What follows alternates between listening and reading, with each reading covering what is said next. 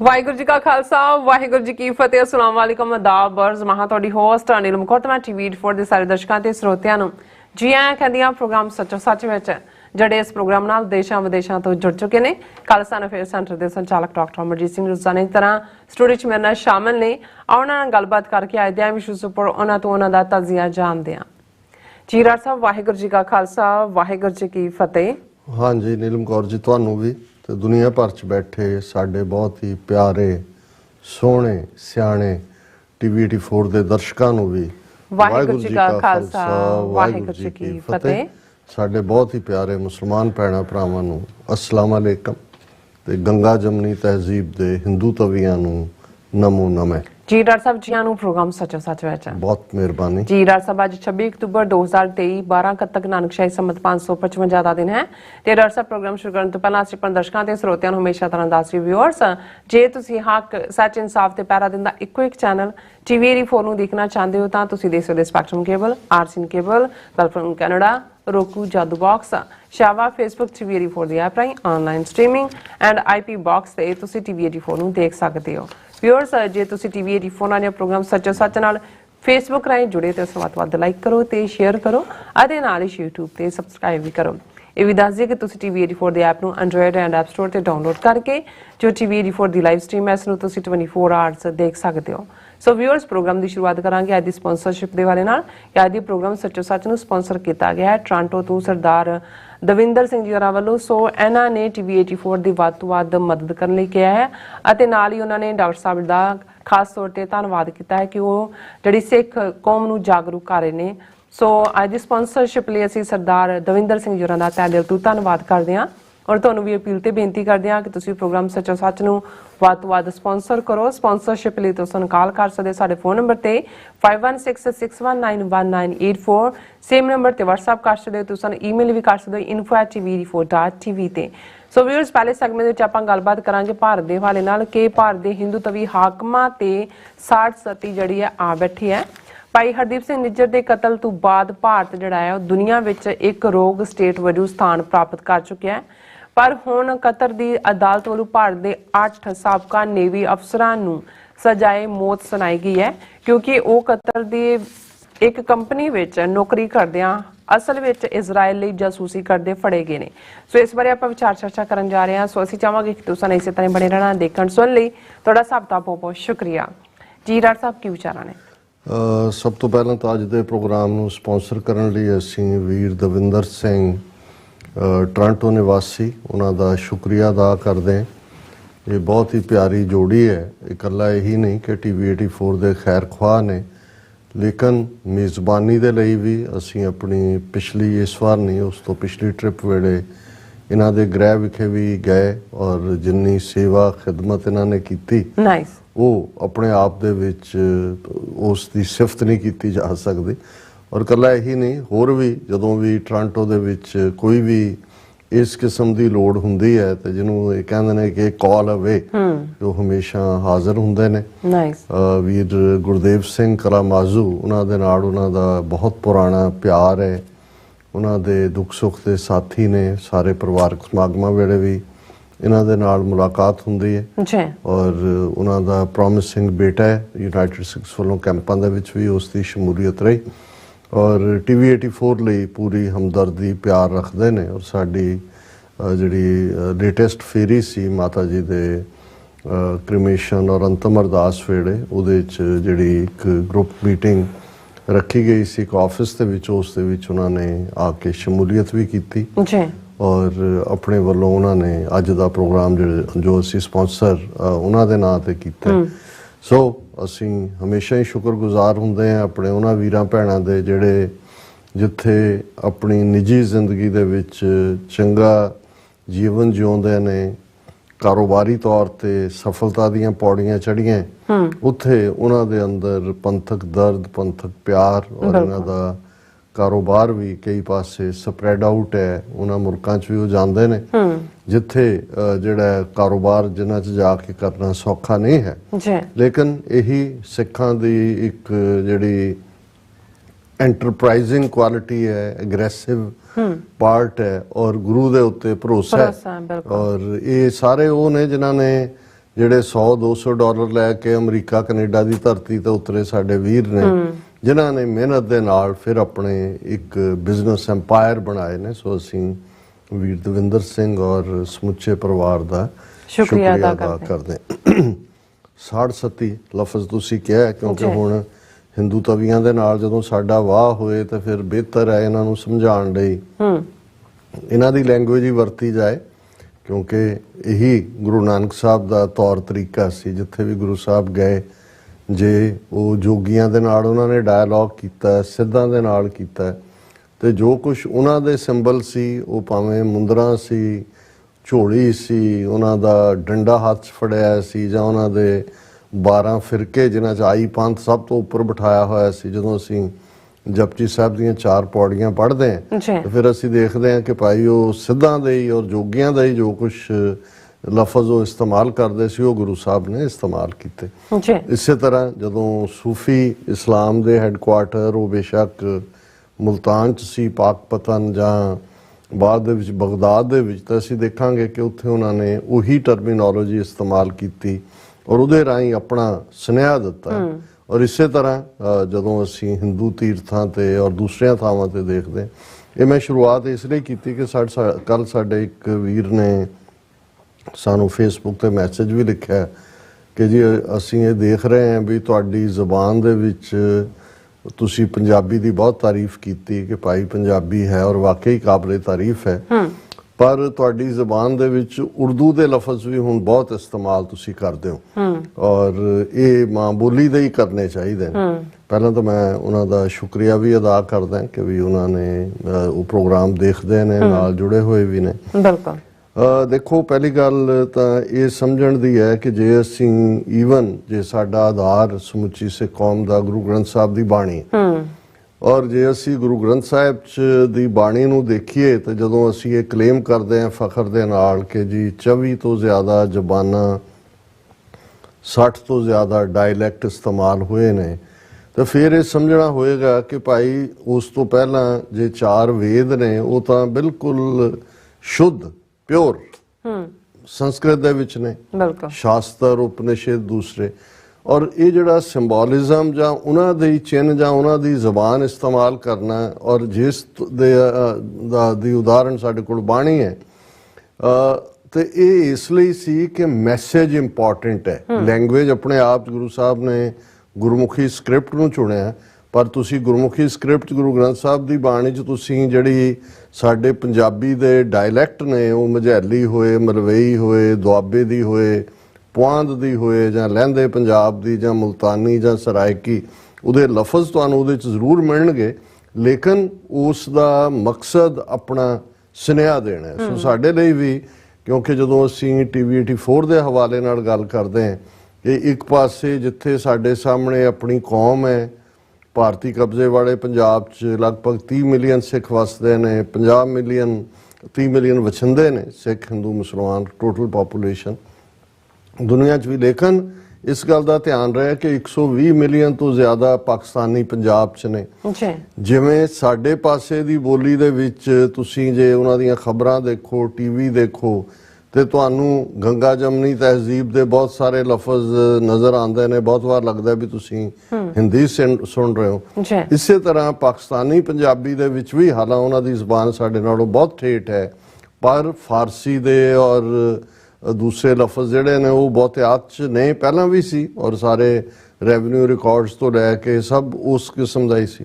ਸੋ ਕਿਉਂਕਿ ਸਾਡੇ ਸਾਹਮਣੇ ਜਦੋਂ ਅਸੀਂ ਗੱਲ ਕਰ ਰਹੇ ਹੁੰਦੇ ਹਾਂ, ਮੇਰੀ ਕੋਸ਼ਿਸ਼ ਹੁੰਦੀ ਹੈ ਜੇ ਮੈਂ ਅੰਗਰੇਜ਼ੀ ਲਫ਼ਜ਼ ਇਸਤੇਮਾਲ ਕਰ ਰਿਹਾ ਤਾਂ ਉਹਦੇ ਨਾਲ ਟੁਕਦਾ ਪੰਜਾਬੀ ਲਫ਼ਜ਼ ਜਿਹੜਾ ਸਾਡੇ ਪੰਜਾਬ ਵਾਲੇ ਸੌਖਾ ਸਮਝਦੇ ਨੇ, ਤੇ ਉਹਦੇ ਨਾਲ ਮੇਰੀ ਕੋਸ਼ਿਸ਼ ਹੁੰਦੀ ਹੈ ਕਿ ਜਿਹੜਾ ਲਹਿੰਦੇ ਪੰਜਾਬ 'ਚ ਜਾਂ ਜਿਹੜੇ ਈਵਨ ਉਰਦੂ ਸਪੀਕਿੰਗ ਵੀ, ਹਾਲਾਂਕਿ ਕਈਆਂ ਦੇ ਹੋਣਗੇ ਕਿ ਜੀ ਤੁਸੀਂ ਪ੍ਰੋਗਰਾਮ ਐਕਸਕਲੂਸਿਵਲੀ ਇੱਕ ਅੱਧਾ ਉਰਦੂ 'ਚ ਵੀ ਕਰਿਆ ਕਰੋ।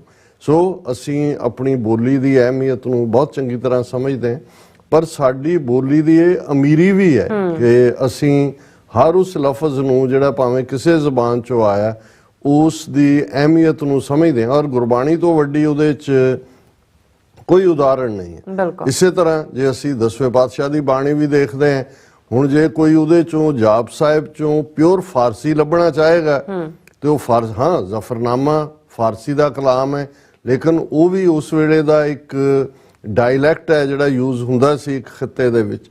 ਇਸੇ ਤਰ੍ਹਾਂ ਜਦੋਂ ਅਸੀਂ ਜਾਪ ਸਾਹਿਬ ਦੇਖਾਂਗੇ ਤੇ ਉਸ ਦੇ ਵਿੱਚ ਫਾਰਸੀ ਲਫ਼ਜ਼ਾਂ ਦੀ ਵੀ ਭਰਮਾਰ ਹੈ। ਜਿਵੇਂ ਅਸੀਂ ਗੱਲ ਕਰਦੇ ਹਾਂ ਗਨੀਮੁਲ ਸ਼ਕਸਤ ਹੈ, ਗਰੀਬੁਲ ਪਰਸਤ ਹੈ, ਬੁਲੰਦੁਲ ਮਕਾਨ ਹੈ, ਜ਼ਮੀਨੁਲ ਜ਼ਮਾਨ ਹੈ, ਤਮੀਜ਼ੁਲ ਤਮਾਮ ਹੈ, ਰਜ਼ੂਅਲ ਨਿਧਾਨ ਹੈ, ਹਰੀਫੁਲ ਅਜ਼ੀਮ ਹੈ, ਰਜ਼ਾਇਕ ਯਕੀਨ ਹੈ। ਹੁਣ ਇਸ ਦੇ ਨਾਲ ਅਸੀਂ ਦੇਖਾਂਗੇ ਕਿ ਭਾਈ ਜਿਹੜਾ ਜਦੋਂ ਤੁਸੀਂ ਬਹੁਤਾ ਜਾਪ ਸਾਹਿਬ ਦਾ ਹਿੱਸਾ ਦੇਖੋਗੇ ਤੇ ਉਸ ਦੇ ਵਿੱਚ ਤੁਹਾਨੂੰ ਬ੍ਰਜ ਭਾਸ਼ਾ ਵੀ ਔਰ ਜਿਹੜੀ ਇਸ ਖਿੱਤੇ ਦੀ ਬਿੰਦਰਾਬਨ ਦੀ ਲੈਂਗੁਏਜ ਹੈ ਉਸ ਦਾ ਵੀ ਭਰਮਾਰ। ਪੁਰਾਣਾ ਸਾਡਾ ਸਾਰਾ ਸਾਹਿਤ ਹੀ ਭਾਈ ਸੰਤੋਖ ਸਿੰਘ, ਈਵਨ ਪੰਥ ਪ੍ਰਕਾਸ਼, ਦੂਸਰੇ ਉਹ ਬ੍ਰਜ ਭਾਸ਼ਾ 'ਚ ਨੇ। ਅੱਜ ਬ੍ਰਜ ਭਾਸ਼ਾ ਦਾ ਕੋਈ ਇਸਤੇਮਾਲ ਨਹੀਂ ਕਰਦਾ, ਅੱਜ ਬਹੁਤ ਸਾਰੇ ਦੂਸਰੇ ਡਾਇਲੈਕਟ ਨੇ। ਸੋ ਮੈਂ ਸਮਝਦਾ ਵੀ ਇਸ ਨੂੰ ਸਾਡਾ ਕੋਈ ਪਿਓਰ ਇਸ ਕਿਸਮ ਦਾ ਮਕਸਦ ਨਹੀਂ ਹੈ ਵੀ ਅਸੀਂ ਕੋਈ ਜ਼ੁਬਾਨ, ਹੁਣ ਜੇ ਜ਼ੁਬਾਨ ਲਫ਼ਜ਼ ਵੀ ਹੈ ਉਹਦੇ ਲਈ ਮਾਂ ਬੋਲੀ ਵੀ ਹੈ, ਮਦਰ ਟੰਗ ਅੰਗਰੇਜ਼ੀ ਹੈ, ਮਾਂ ਬੋਲੀ ਹੈ, ਮਾਦਰੀ ਜ਼ਬਾਨ ਵੀ ਹੈ।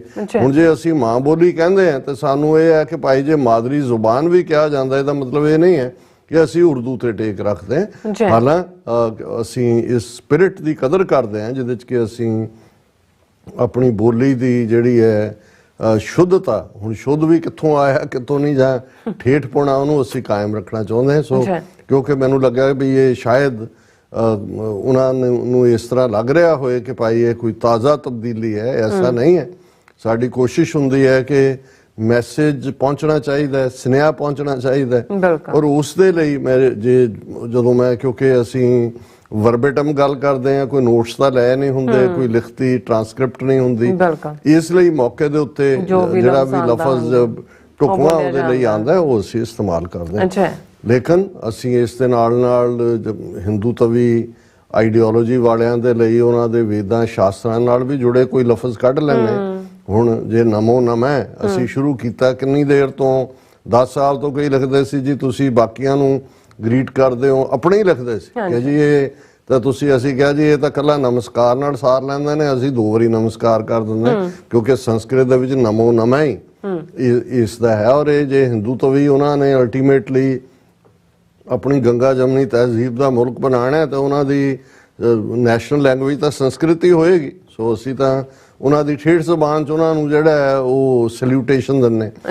ਹੁਣ ਸਾੜ ਸਤੀ ਤੋਂ ਗੱਲ ਕਰੀਏ, ਸਾੜ ਸਤੀ ਇਹਨਾਂ ਦੀ ਬਣਾਈ ਹੋਈ ਹੈ ਬ੍ਰਾਹਮਣਾਂ ਦੀ, ਕਿਉਂਕਿ ਜੋਤਿਸ਼ ਵਿਦਿਆ ਨੂੰ ਜੋ ਮਰਜ਼ੀ ਹੈ ਜਿਸ ਮਰਜ਼ੀ ਪਾਸੇ ਜਿਹੜੀ ਮਰਜ਼ੀ ਵਿਦਿਆ ਦੇ ਉੱਤੇ ਲੇਬਲ ਲਾ ਕੇ ਵੇਚਣਾ ਇਹਨਾਂ ਨੂੰ ਆਉਂਦਾ ਹੈ। ਲੇਕਿਨ ਜਦੋਂ ਅਕਸਰ ਇਹ ਕਿਹਾ ਜਾਂਦਾ ਹੈ ਕਿ ਜੀ ਇੱਕ ਤੋਂ ਬਾਅਦ ਇੱਕ ਘਟਨਾ, ਇੱਕ ਤੋਂ ਬਾਅਦ ਇੱਕ ਹੋਏ, ਤੇ ਫਿਰ ਬ੍ਰਾਹਮਣ ਕਹਿੰਦਾ ਸੀ ਬਹੁਤ ਖਤਰਨਾਕ ਸਮਾਂ ਚੱਲ ਰਿਹਾ ਹੈ, ਰਾਹੂ ਕੇਤੂ ਇੱਧਰ ਆ ਕੇ ਬਹਿ ਗਏ ਨੇ, ਦੂਜੇ ਉੱਧਰ ਬੈਠੇ ਨੇ। ਤੇ ਉਸ ਤੋਂ ਵੀ ਅੱਗੇ ਜੇ ਰਾਹੂ ਕੇਤੂ ਵਾਲੇ ਉਪਾਅ ਕਰਨ ਤੋਂ ਬਾਅਦ ਵੀ ਉਹ ਘਟਨਾਕ੍ਰਮ ਉਵੇਂ ਹੀ ਚੱਲ ਰਿਹਾ ਹੋਏ, ਫਿਰ ਕਹਿੰਦੇ ਨੇ ਇਹਦੇ ਤੇ ਸਾੜ ਸਤੀ ਬੈਠੀ ਹੈ।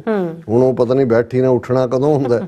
ਸੋ ਅਸੀਂ ਇਹ ਦੇਖ ਰਹੇ ਹਾਂ ਕਿ ਵੀ G20 ਤੱਕ ਪਹੁੰਚਦੇ ਹਾਂ, ਜਿਵੇਂ ਹਿੰਦੂ ਤਵੀਆਂ ਨੇ ਆਪਣਾ ਸੌਦਾ ਵੇਚਿਆ ਮੋਦੀ ਨੂੰ। ਜੇ ਉੱਥੇ 300 ਹੋਰਡਿੰਗਸ ਦਿੱਲੀ ਦੇ ਵਿੱਚ ਵੱਡੇ ਬੋਰਡ ਲਾਏ ਗਏ ਤੇ 260 ਦੇ ਉੱਤੇ ਮੋਦੀ ਸੀ ਔਰ ਇਵੇਂ ਪ੍ਰੈਜ਼ੈਂਟ ਕੀਤਾ ਗਿਆ ਉਸ ਤੋਂ ਪਹਿਲਾਂ। ਔਰ ਇਹਦੇ ਬਾਵਜੂਦ ਕਿ ਬਈ ਜਿਹੜੀ UN ਦੀਆਂ ਰੈਕਗਨਾਈਜ਼ਡ 6 ਲੈਂਗੁਏਜਸ ਨੇ ਉਹਦੇ 'ਚ ਹੀ ਲਿਖਿਆ ਜਾ ਸਕਦਾ। ਉਹਨਾਂ ਨੇ ਸੰਸਕ੍ਰਿਤ ਦੇ ਵਿੱਚ ਕਿ ਵਿਸ਼ਵ ਇੱਕ ਕੁਟੰਬ ਹੈ, ਚੀਨ ਨੇ ਉਹਦੇ ਤੇ ਪ੍ਰੋਟੈਸਟ ਵੀ ਕੀਤਾ ਔਰ ਇਵੇਂ ਉਹਨਾਂ ਨੇ ਪ੍ਰੈਜ਼ੈਂਟ ਕੀਤਾ ਕਿ ਭਾਰਤ ਜਿਹੜਾ ਹੈ ਉਹ ਵਿਸ਼ਵ ਗੁਰੂ ਬਣ ਗਿਆ। ਹਾਲਾਂਕਿ ਉਦੋਂ ਤੱਕ ਤਾਂ ਨਹੀਂ ਸੀ ਪਤਾ ਬਹੁਤਿਆਂ ਨੂੰ, ਉਸ ਤੋਂ ਫੌਰਨ ਬਾਅਦ ਇਹ ਸਾਹਮਣੇ ਆਇਆ ਕਿ ਉਦੋਂ ਤੱਕ ਭਾਰਤ ਦੀ ਇਹ ਕਰਤੂਤ ਜੋ ਕਿ ਇਹਨਾਂ ਨੇ 18 ਜੂਨ ਨੂੰ ਭਾਈ ਹਰਦੀਪ ਸਿੰਘ ਨਿੱਜਰ ਦੇ ਮਰਡਰ ਵਾਲੀ ਕੀਤੀ ਸੀ, ਉਸ ਬਾਰੇ ਆਲਰੇਡੀ ਜਿਹੜੀਆਂ G5 ਜਿਹੜੀਆਂ ਨੇ, ਕਿਉਂਕਿ G20 ਮੀਟ ਸੀ ਤਾਂ I5 ਕੰਟਰੀਜ਼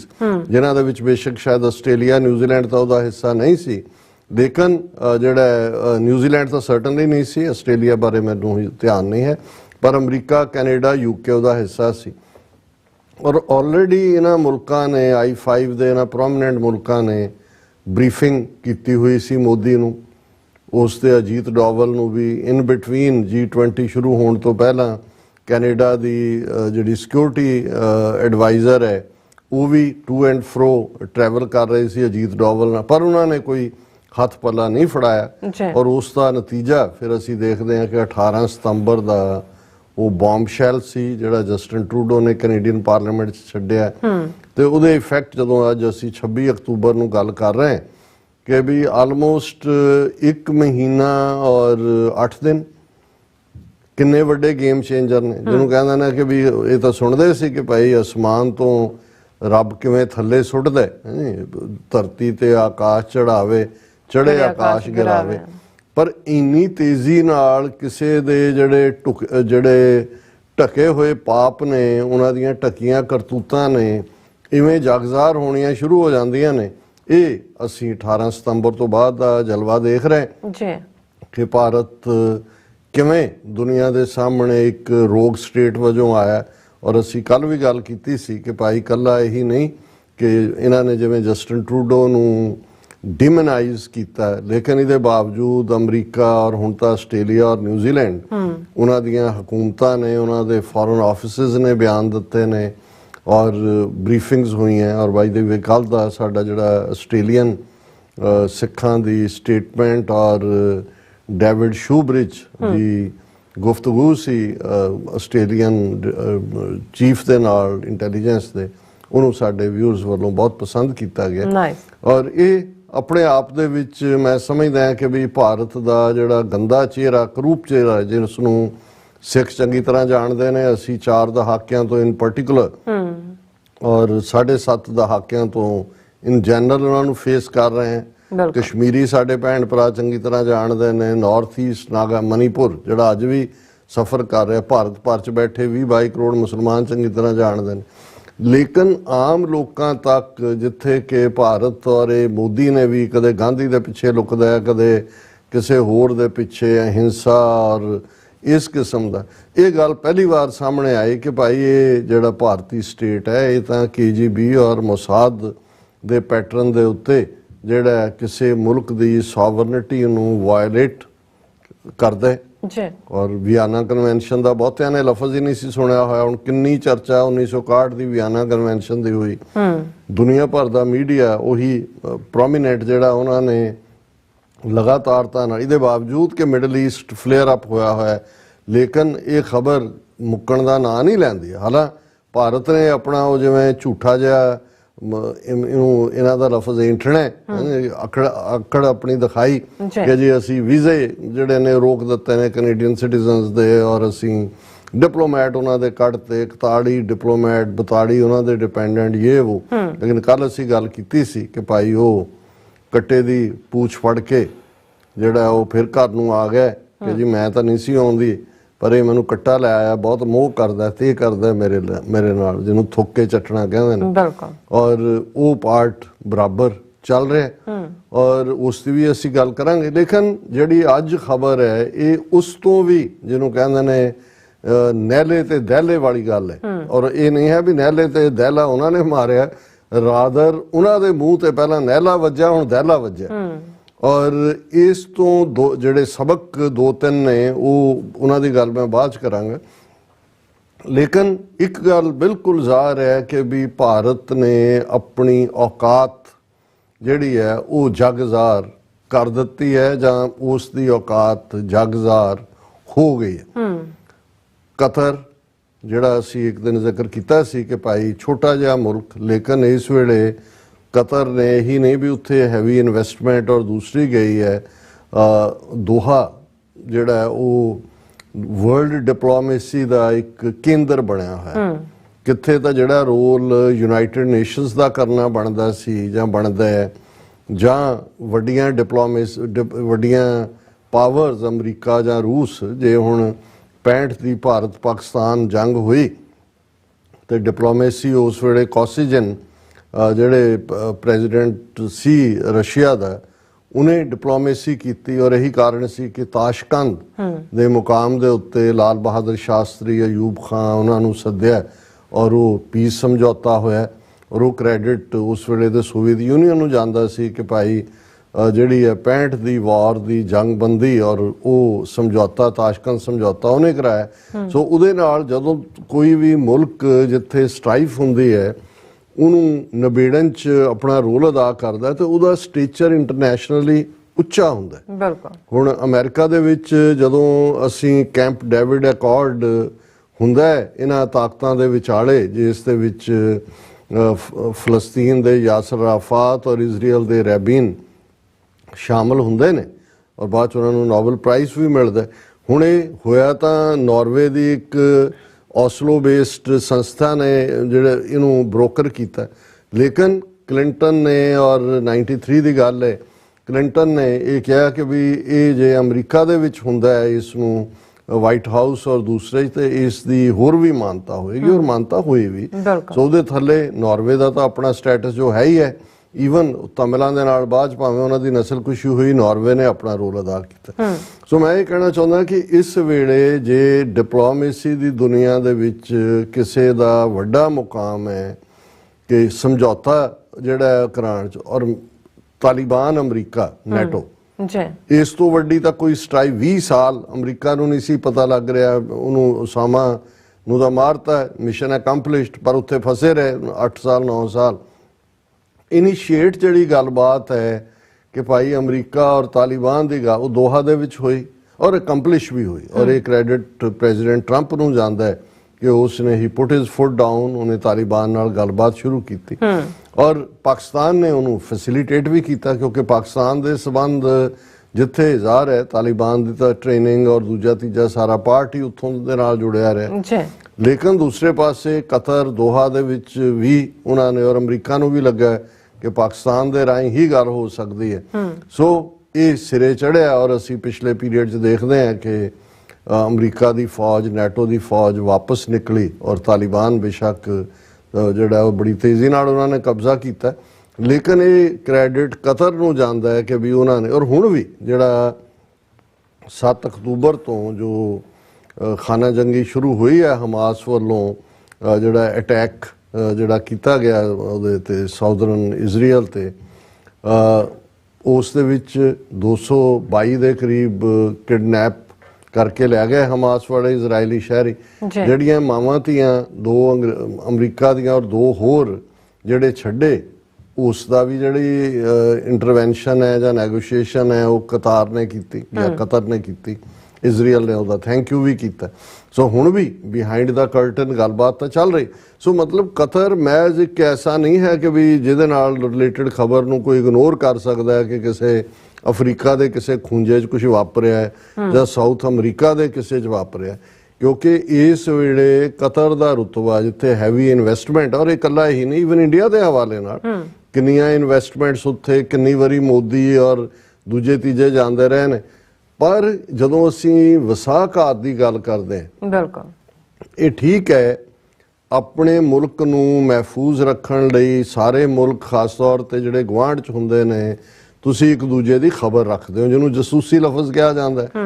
ਹਜ਼ਾਰਾਂ ਸਾਲਾਂ ਤੋਂ ਇਹ ਪੈਟਰਨ ਹੈ, ਉਹਦੇ ਲਈ ਹਨੀ ਟਰੈਪ ਵੀ ਹੁੰਦੇ ਨੇ, ਉਹਦੇ ਲਈ ਜਿਹੜਾ ਤੁਸੀਂ ਉਹਨਾਂ ਦੇ ਕਈ ਵਾਰੀ ਹੈਡ ਆਫ ਦਾ ਸਟੇਟ ਹੀ ਜਿਹੜੇ ਨੇ ਉਹ ਰਿਕਰੂਟ ਕੀਤੇ ਹੁੰਦੇ ਨੇ, ਉਹਨਾਂ ਨੂੰ ਤੁਸੀਂ ਖਰੀਦਿਆ ਹੁੰਦਾ ਹੈ, ਹੋਰ ਵੀ ਤੌਰ ਤਰੀਕੇ ਹੁੰਦੇ ਨੇ ਤਾਂ ਕਿ ਤੁਸੀਂ ਜਿਹੜਾ ਹੈ ਉਹ ਵੱਧ ਤੋਂ ਵੱਧ ਉਹਨਾਂ ਮੁਲਕਾਂ ਦੇ ਭੇਤ ਤੁਹਾਡੇ ਕੋਲ ਹੋਣ। ਬਿਲਕੁਲ। ਪਰ ਜਿਨ੍ਹਾਂ ਨੂੰ ਤੁਸੀਂ ਫਰੈਂਡਲੀ ਮੁਲਕ ਕਹਿੰਦੇ ਹੋ ਕਿ ਤੁਹਾਡੇ ਦੋਸਤ ਨੇ, ਉੱਥੇ ਤੁਸੀਂ ਜਿਹੜਾ ਜਦੋਂ ਇਸ ਕਿਸਮ ਦੀ ਹਰਕਤ ਕਰਦੇ ਹੋ, ਇਹ ਤਾਂ ਜਿਹੜਾ ਵੈਸੇ ਵੀ ਜਿਹੜੀ ਸੋਵਰਨਿਟੀ ਕਿਸੇ ਮੁਲਕ ਦੀ ਜਾਂ ਉਹਦੀ ਉਸ ਦੇ ਕੰਟਰਰੀ ਹੈ, ਲੇਕਿਨ ਇਹ ਇੱਕ ਕਿਸਮ ਦਾ ਆਪਣਾ ਵਸਾਘਾਤ ਹੁੰਦਾ ਹੈ।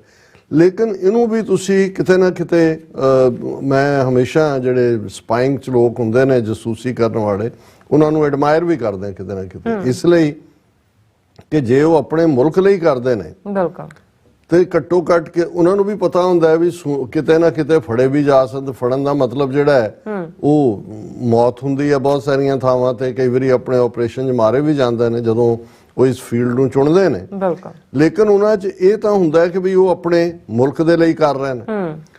ਹੁਣ ਦੂਸਰਾ ਪਾਸਾ ਇਹ ਹੈ ਜਿਹੜੀ ਕਹਾਣੀ ਅੱਜ, ਕਿਉਂਕਿ ਆਲਰੇਡੀ ਸਾਰੇ ਪਾਸੇ ਹੈ, ਮੈਂ ਖਬਰ ਦੀ ਬਹੁਤੀ ਡਿਟੇਲ ਤਾਂ ਨਹੀਂ ਜਾਵਾਂਗਾ, ਕਿ ਭਾਰਤੀ ਨੇਵੀ ਦੇ 8 ਆਲਾ ਅਫਸਰ, ਔਰ ਉਹ ਜਿਹੜੇ ਅਫਸਰ ਨੇ ਉਹ ਕੋਈ ਸੇਲਜ਼ਮੈਨ, ਉਹ ਕੀ ਉਹਨਾਂ ਨੂੰ ਕਹਿੰਦੇ ਹੁੰਦੇ ਨੇ, ਜਿਹੜਾ ਉਹ ਨਾਵਕ ਲਫ਼ਜ਼ ਇਸਤੇਮਾਲ ਕਰਦੇ ਨੇ ਕਿ ਵੀ ਉਹ ਸਧਾਰਨ ਜਿਹੜੇ ਨੇ ਉਹ ਸਮੁੰਦਰੀ ਸਿਪਾਹੀ ਨਹੀਂ ਨੇ। ਉਹਨਾਂ ਦੇ 8 ਗ੍ਰਿਫਤਾਰ ਜਿਹੜੇ ਉਹਨਾਂ ਦੀ ਕਸਟਡੀ 'ਚ ਸਨ ਕਤਰ ਦੀ, ਪਿਛਲੇ 1 ਸਾਲ ਤੋਂ ਲਗਭਗ ਟ੍ਰਾਇਲ ਚੱਲਿਆ।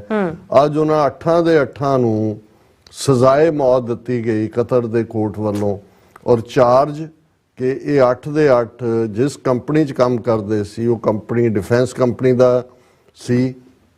ਕਤਰ ਦੀ ਜਿਹੜੀ ਹੈ ਨੇਵੀ ਉਹਨਾਂ ਨੂੰ ਵੀ ਟ੍ਰੇਨਡ ਕਰ ਰਹੇ ਸੀ ਤੇ ਨਾਲ ਦੀ ਨਾਲ ਇੱਕ ਵੱਡਾ ਪ੍ਰੋਜੈਕਟ ਜਿਹੜਾ ਕਿ ਕਿਉਂਕਿ ਕਤਰ ਦੇ ਕੋਲ ਇਸ ਵੇਲੇ ਬਹੁਤ ਧਨ ਵੀ ਹੈ ਔਰ ਉਹ ਇੱਕ ਜਿਹੜਾ ਇਟਾਲੀਅਨ ਟੈਕਨੋਲੋਜੀ ਹਾਸਲ ਕਰਨਾ ਚਾਹੁੰਦੇ ਨੇ ਕਿਉਂਕਿ ਉਹਨਾਂ ਨੇ ਸਬਮੈਰੀਨ ਪਣਡੁੱਬੀ ਨੂੰ ਕਹਿੰਦੇ ਨੇ, ਪਾਣੀ ਤੋਂ ਪਾਣੀ ਦੇ ਵਿੱਚ ਡੁੱਬੀ ਸਬਮੈਰੀਨਸ ਬਾਰੇ ਹੁੰਦਾ ਹੈ ਕਿ ਉਹ ਬਹੁਤ ਪਾਣੀ ਦੇ ਥੱਲੇ ਹੁੰਦੀ ਹੈ। ਅੱਜ ਕੱਲ ਤਾਂ ਨਿਊਕਲੀਅਰ ਲੇਸਡ ਸਬਮੈਰੀਨਸ ਨੇ ਔਰ ਇਹ ਵੀ ਇੱਕ ਟੈਕਨੋਲੋਜੀ ਹੈ ਕਿ ਯੂਜੂਅਲੀ ਈਵਨ ਸਬਮੈਰੀਨਸ ਨੂੰ ਵੀ ਰਡਾਰ ਡਿਟੈਕਟ ਕਰ ਲੈਂਦੇ ਨੇ ਪਰ ਕਈ ਵਾਰ ਜਿਹੜਾ ਉਹ ਰਡਾਰ ਵੀ ਡਿਟੈਕਟ ਨਹੀਂ ਕਰਦੇ, ਜਿਵੇਂ ਸ਼ਾਇਦ 65 ਜਾਂ 71 ਦੀ ਵਾਰ ਵੇਲੇ ਇੱਕ ਪਾਕਿਸਤਾਨ ਦੀ ਸਬਮੈਰੀਨ ਨੇ ਆ ਕੇ ਇੰਡੀਆ ਦੇ ਮੇਨ ਸਟੇਸ਼ਨ ਦੇ ਉੱਤੇ ਕਾਫੀ ਡੈਮੇਜ ਕੀਤਾ ਸੀ ਕਿਉਂਕਿ ਉਹ ਡਿਟੈਕਟ ਨਹੀਂ ਹੋਏ ਸੀ।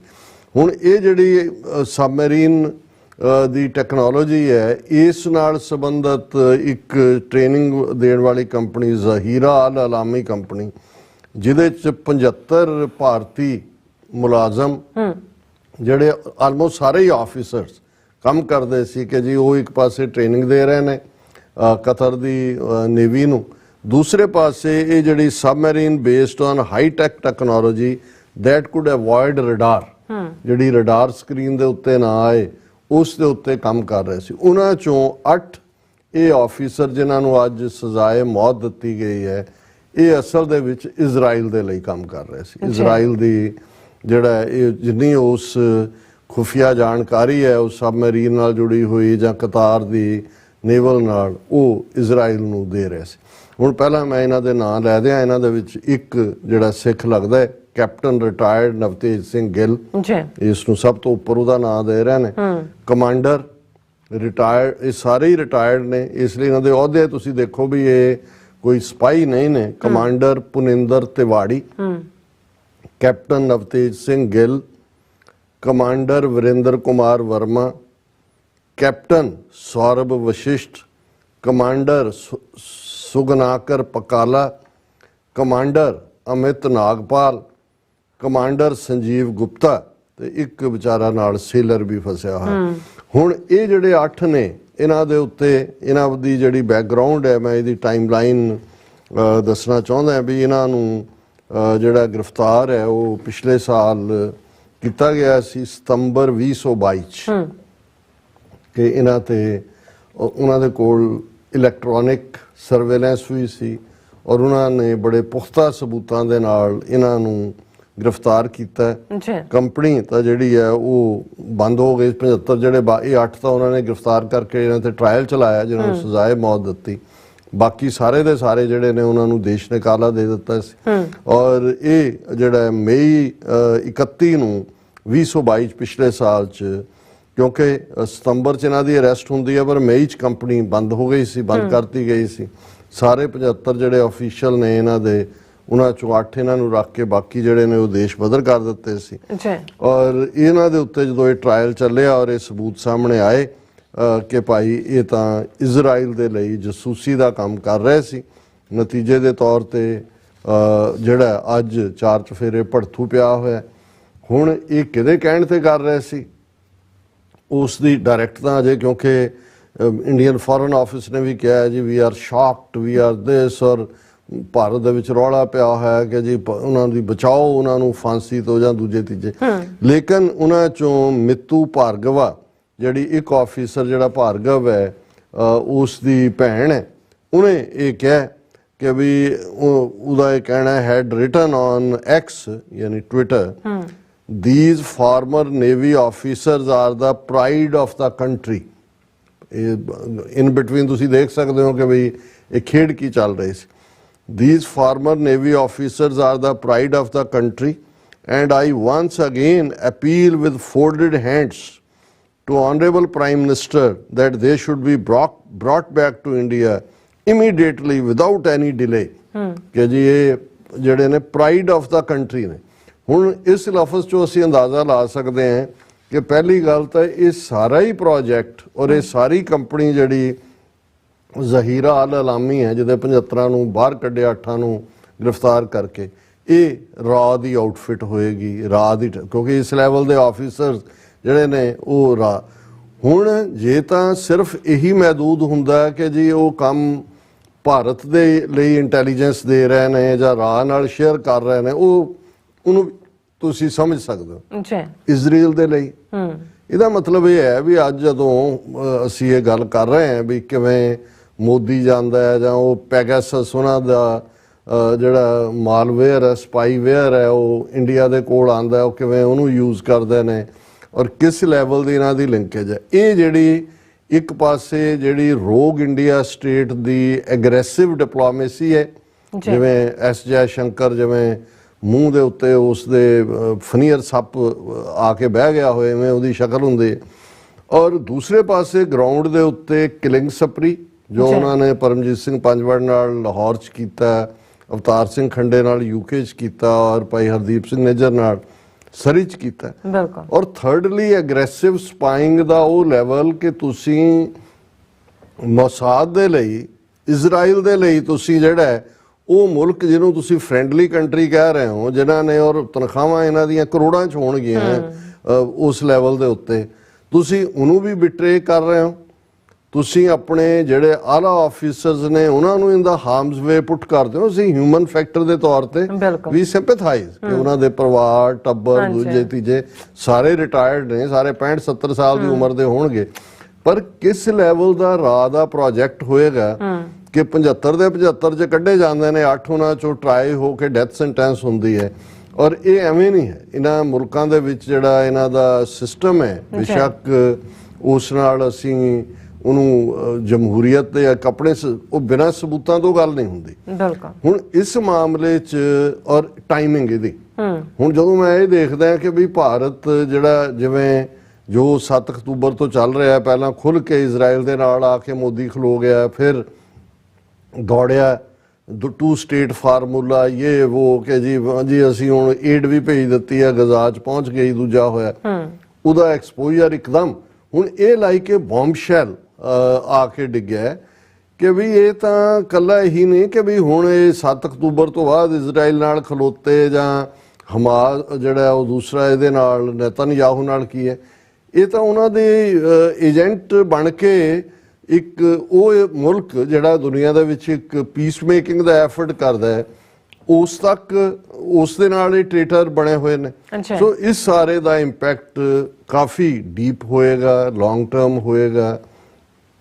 ਭਾਰਤ ਐਕਸਪੋਜ਼ ਹੋਇਆ ਔਰ ਇਸ ਲਈ ਕੁਛ ਦਿਨ ਤਾਂ ਜਦੋਂ ਔਰ ਇਹ ਟਰਾਇਲ ਜਦੋਂ ਦਾ ਚੱਲ ਰਿਹਾ ਸੀ, ਇੰਡੀਅਨ ਫੋਰਨ ਆਫਿਸ ਕਹਿ ਰਿਹਾ ਸੀ ਕਿ ਜੀ ਅਸੀਂ ਉਹਨਾਂ ਦੀ ਲੀਗਲ ਪ੍ਰੋਸੈਸ ਨੂੰ ਜਿਹੜਾ ਉਹ ਇਨਫਲੂਐਂਸ ਨਹੀਂ ਕਰਨਾ ਚਾਹੁੰਦੇ, ਲੇਕਿਨ ਜਿਹੜਾ ਹੁਣ ਜਿਹੜਾ ਅਸੀਂ ਕੋਸ਼ਿਸ਼ ਕਰਾਂਗੇ ਇਹ ਉਹ, ਲੇਕਿਨ ਤੁਸੀਂ ਇਹਨਾਂ ਦੀ ਬੇਈਮਾਨੀ ਔਰ ਦੂਜਾ ਲੈਵਲ ਦੇਖੋ। ਇੱਕ ਇਹਨਾਂ ਦਾ ਇੰਡੀਆ ਦਾ ਸਾਬਕਾ ਐਂਬੈਸਡਰ ਜਿਹੜਾ ਇਹਨਾਂ ਮੁਲਕਾਂ 'ਚ ਹੀ ਰਿਹਾ ਮਿਡਲ ਈਸਟ ਦੇ, ਅੱਜ ਉਹਨੂੰ NDTV ਵਾਲਿਆਂ ਨੇ ਲਿਆਂਦਾ ਹੋਇਆ ਸੀ, ਉਹਨੇ ਕਿਹਾ ਜੀ ਬਿਲਕੁਲ ਇਹ ਝੂਠੇ ਚਾਰਜ ਨੇ, ਔਰ ਕਿਉਂਕਿ ਕਤਰ ਦੇ ਪਾਕਿਸਤਾਨ ਦੀ ISI ਨਾਲ ਬਹੁਤ ਚੰਗੇ ਸੰਬੰਧ ਨੇ, ਇਹ ISI ਰਾਹੀਂ ਇਹਨਾਂ ਆਫੀਸਰਸ ਨੂੰ ਫਰੇਮ ਕੀਤਾ ਗਿਆ ਝੂਠੇ ਤੌਰ ਦੇ ਉੱਤੇ, ਉਹਨਾਂ ਦੇ ਉੱਤੇ ਚਾਰजेस ਨੇ, ਔਰ ਬਿਲਕੁਲ ਕਤਰ ਨੂੰ ਇਹ ਦੱਸ ਦੇਣਾ ਚਾਹੀਦਾ ਹੈ ਕਿ ਜੇ ਤੁਸੀਂ ਇਹਨਾਂ ਨੂੰ ਫਾਂਸੀ ਦਿੱਤੀ ਸਾਡੇ ਸੰਬੰਧ ਬਹੁਤ ਖਰਾਬ ਹੋ ਜਾਣਗੇ।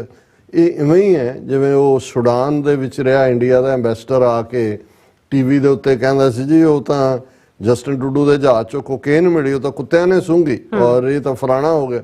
ਹੁਣ ਇਹਨਾਂ ਨੂੰ ਇਹ ਇਸ ਲੈਵਲ ਦੇ ਉੱਤੇ ਐਕਸਪੋਜ਼ ਹੋਏ ਨੇ। ਹਾਲਾਂਕਿ ਇਸ ਖਬਰ ਦੀਆਂ ਹੋਰ ਡਿਟੇਲਸ ਵੀ ਨੇ, ਲੇਕਿਨ ਆਉਣ ਵਾਲੇ ਦਿਨਾਂ 'ਚ ਅਸੀਂ ਦੇਖਾਂਗੇ ਕਿ ਭਾਈ ਇਹ ਜਿਹੜਾ ਕਿਵੇਂ ਕਤਰ ਦਾ ਜਿਹੜਾ ਮੇਨ ਇੰਟੈਲੀਜੈਂਸ ਪ੍ਰੋਗਰਾਮ ਸੀ ਜਿਹਦੇ 'ਚ ਪਰਚੇਜ਼ਿੰਗ ਹਾਈਲੀ ਐਡਵਾਂਸਡ ਇਟਾਲੀਅਨ ਸਬਮਰੀਨਸ, ਉਹਨਾਂ ਨੇ ਇਹਨਾਂ ਤੇ ਟਰਸਟ ਕੀਤਾ, ਇਹਨਾਂ ਦੇ ਨੇਵਲ ਆਫਿਸ, ਕਿਉਂਕਿ ਇੰਡੀਆ ਕੋਲ ਵੀ ਸ਼ਾਇਦ 5-6 ਸਬਮਰੀਨਸ ਨੇ, ਪਾਕਿਸਤਾਨ ਕੋਲ ਵੀ ਸ਼ਾਇਦ 3-4 ਨੇ, ਹਾਲਾਂ ਬਹੁਤੀਆਂ ਫਰਾਂਸ ਮੇਡ ਨੇ, ਹੁਣ ਇਟਾਲੀਅਨ ਨੇ ਡਿਵੈਲਪ ਕੀਤੀ ਆ ਹਾਈ ਟੈਕਨੋਲੋਜੀ ਵਾਲੀ।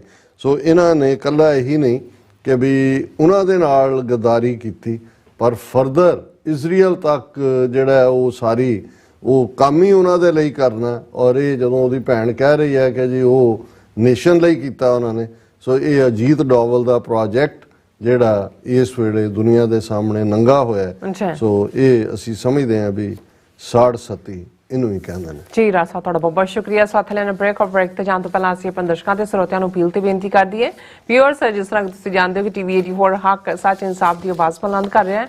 ਇਹ ਆਵਾਜ਼ ਤੁਹਾਡੇ ਪਿਆਰ ਸਦਕਾ, ਤੁਹਾਡੇ ਵਿਸ਼ਵਾਸ ਸਦਕਾ, ਤੁਹਾਡੇ ਡੋਨੇਸ਼ਨ ਸਦਕਾ ਹੀ ਹੋ ਸਕਦਾ ਹੈ। ਸੋ ਅਸੀਂ ਚਾਹਾਂਗੇ ਕਿ ਤੁਸੀਂ ਟੀਵੀ 84 ਦੀ ਚੜ੍ਹਦੀ ਕਲਾ ਲਈ ਵੱਧ ਤੋਂ ਵੱਧ ਡੋਨੇਟ ਕਰੋ। ਡੋਨੇਟ ਕਰਨ ਲਈ ਸਾਡੀ ਵੈਬਸਾਈਟ tv84.tv ਤੇ ਜਾ ਕੇ ਪੇਪਲ ਦੀ ਵਰਤੋਂ ਕਰਕੇ ਵਨ ਟਾਈਮ ਡੋਨੇਟ ਕਰ ਸਕਦੇ ਹੋ, ਮੰਥਲੀ ਡੋਨੇਟ ਵੀ ਕਰ ਸਕਦੇ ਹੋ।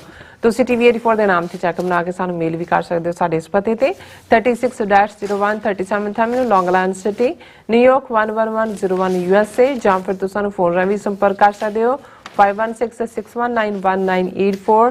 ਤੁਸੀਂ ਸਾਨੂੰ ਈਮੇਲ ਵੀ ਕਰ ਸਕਦੇ ਹੋ info@tv84.tv ਤੇ। ਅਸੀਂ ਤੁਹਾਡੇ ਤਹਿ ਦਿਲ ਤੋਂ ਸ਼ੁਕਰਗੁਜ਼ਾਰ ਹੋਵਾਂਗੇ। ਸੋ ਇੱਥੇ ਲੈਣੇ ਬ੍ਰੇਕ। ਵਿਊਅਰਸ, ਤੁਸੀਂ ਇਸੇ ਤਰ੍ਹਾਂ ਹੀ ਬਣੇ ਰਹਿਣਾ। ਮਿਲਦੇ ਹਾਂ ਛੋਟੇ ਜਿਹੇ ਬ੍ਰੇਕ ਤੋਂ ਬਾਅਦ।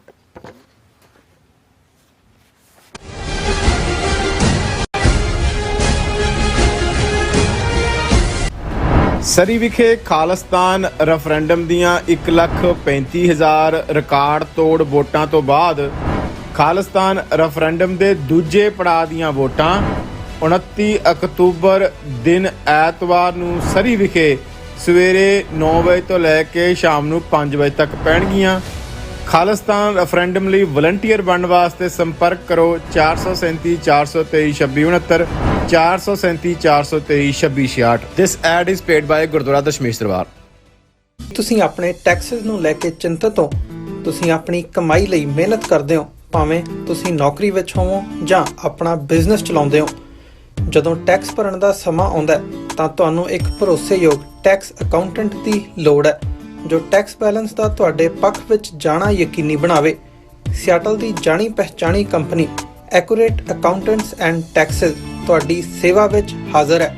ਅਸੀਂ ਹਰ ਤਰ੍ਹਾਂ ਦੇ ਟੈਕਸ ਭਰਨ ਵਿੱਚ ਤੁਹਾਡੀ ਮਦਦ ਕਰਾਂਗੇ। ਟੈਕਸ ਸੰਬੰਧੀ ਕਿਸੇ ਵੀ ਤਰ੍ਹਾਂ ਦੇ ਸਵਾਲ ਲਈ ਅੱਜ ਹੀ ਸਾਡੇ ਤੱਕ ਪਹੁੰਚ ਕਰੋ। Accurate Accountants and Taxes. Surrey ਵਿਖੇ ਖਾਲਿਸਤਾਨ ਰੈਫਰੈਂਡਮ ਦੀਆਂ 1,35,000 ਰਿਕਾਰਡ ਤੋੜ ਵੋਟਾਂ ਤੋਂ ਬਾਅਦ ਖਾਲਿਸਤਾਨ ਰੈਫਰੈਂਡਮ ਦੇ ਦੂਜੇ ਪੜਾਅ ਦੀਆਂ ਵੋਟਾਂ 29 ਅਕਤੂਬਰ ਦਿਨ ਐਤਵਾਰ ਨੂੰ ਸਰੀ ਵਿਖੇ ਸਵੇਰੇ 9 ਵਜੇ ਤੋਂ ਲੈ ਕੇ ਸ਼ਾਮ ਨੂੰ 5 ਵਜੇ ਤੱਕ ਪੈਣਗੀਆਂ। ਖਾਲਿਸਤਾਨ ਰੈਫਰੈਂਡਮ ਲਈ ਵਲੰਟੀਅਰ ਬਣਨ ਵਾਸਤੇ ਸੰਪਰਕ ਕਰੋ 437 423 2669 437 423 2666। This ad is paid by Gurdwara Dashmesh ਦਰਬਾਰ। ਸਰੀ ਵਿਖੇ ਖਾਲਿਸਤਾਨ ਰੈਫਰੈਂਡਮ ਦੀਆਂ 1,35,000 ਰਿਕਾਰਡ ਤੋੜ ਵੋਟਾਂ ਤੋਂ ਬਾਅਦ ਖਾਲਿਸਤਾਨ ਰੈਫਰੈਂਡਮ ਦੇ ਦੂਜੇ ਪੜਾਅ ਦੀਆਂ ਵੋਟਾਂ 29 ਅਕਤੂਬਰ ਦਿਨ ਐਤਵਾਰ ਨੂੰ ਸਰੀ ਵਿਖੇ ਸਵੇਰੇ 9 ਵਜੇ ਤੋਂ ਲੈ ਕੇ ਸ਼ਾਮ ਨੂੰ 5 ਵਜੇ ਤੱਕ ਪੈਣਗੀਆਂ।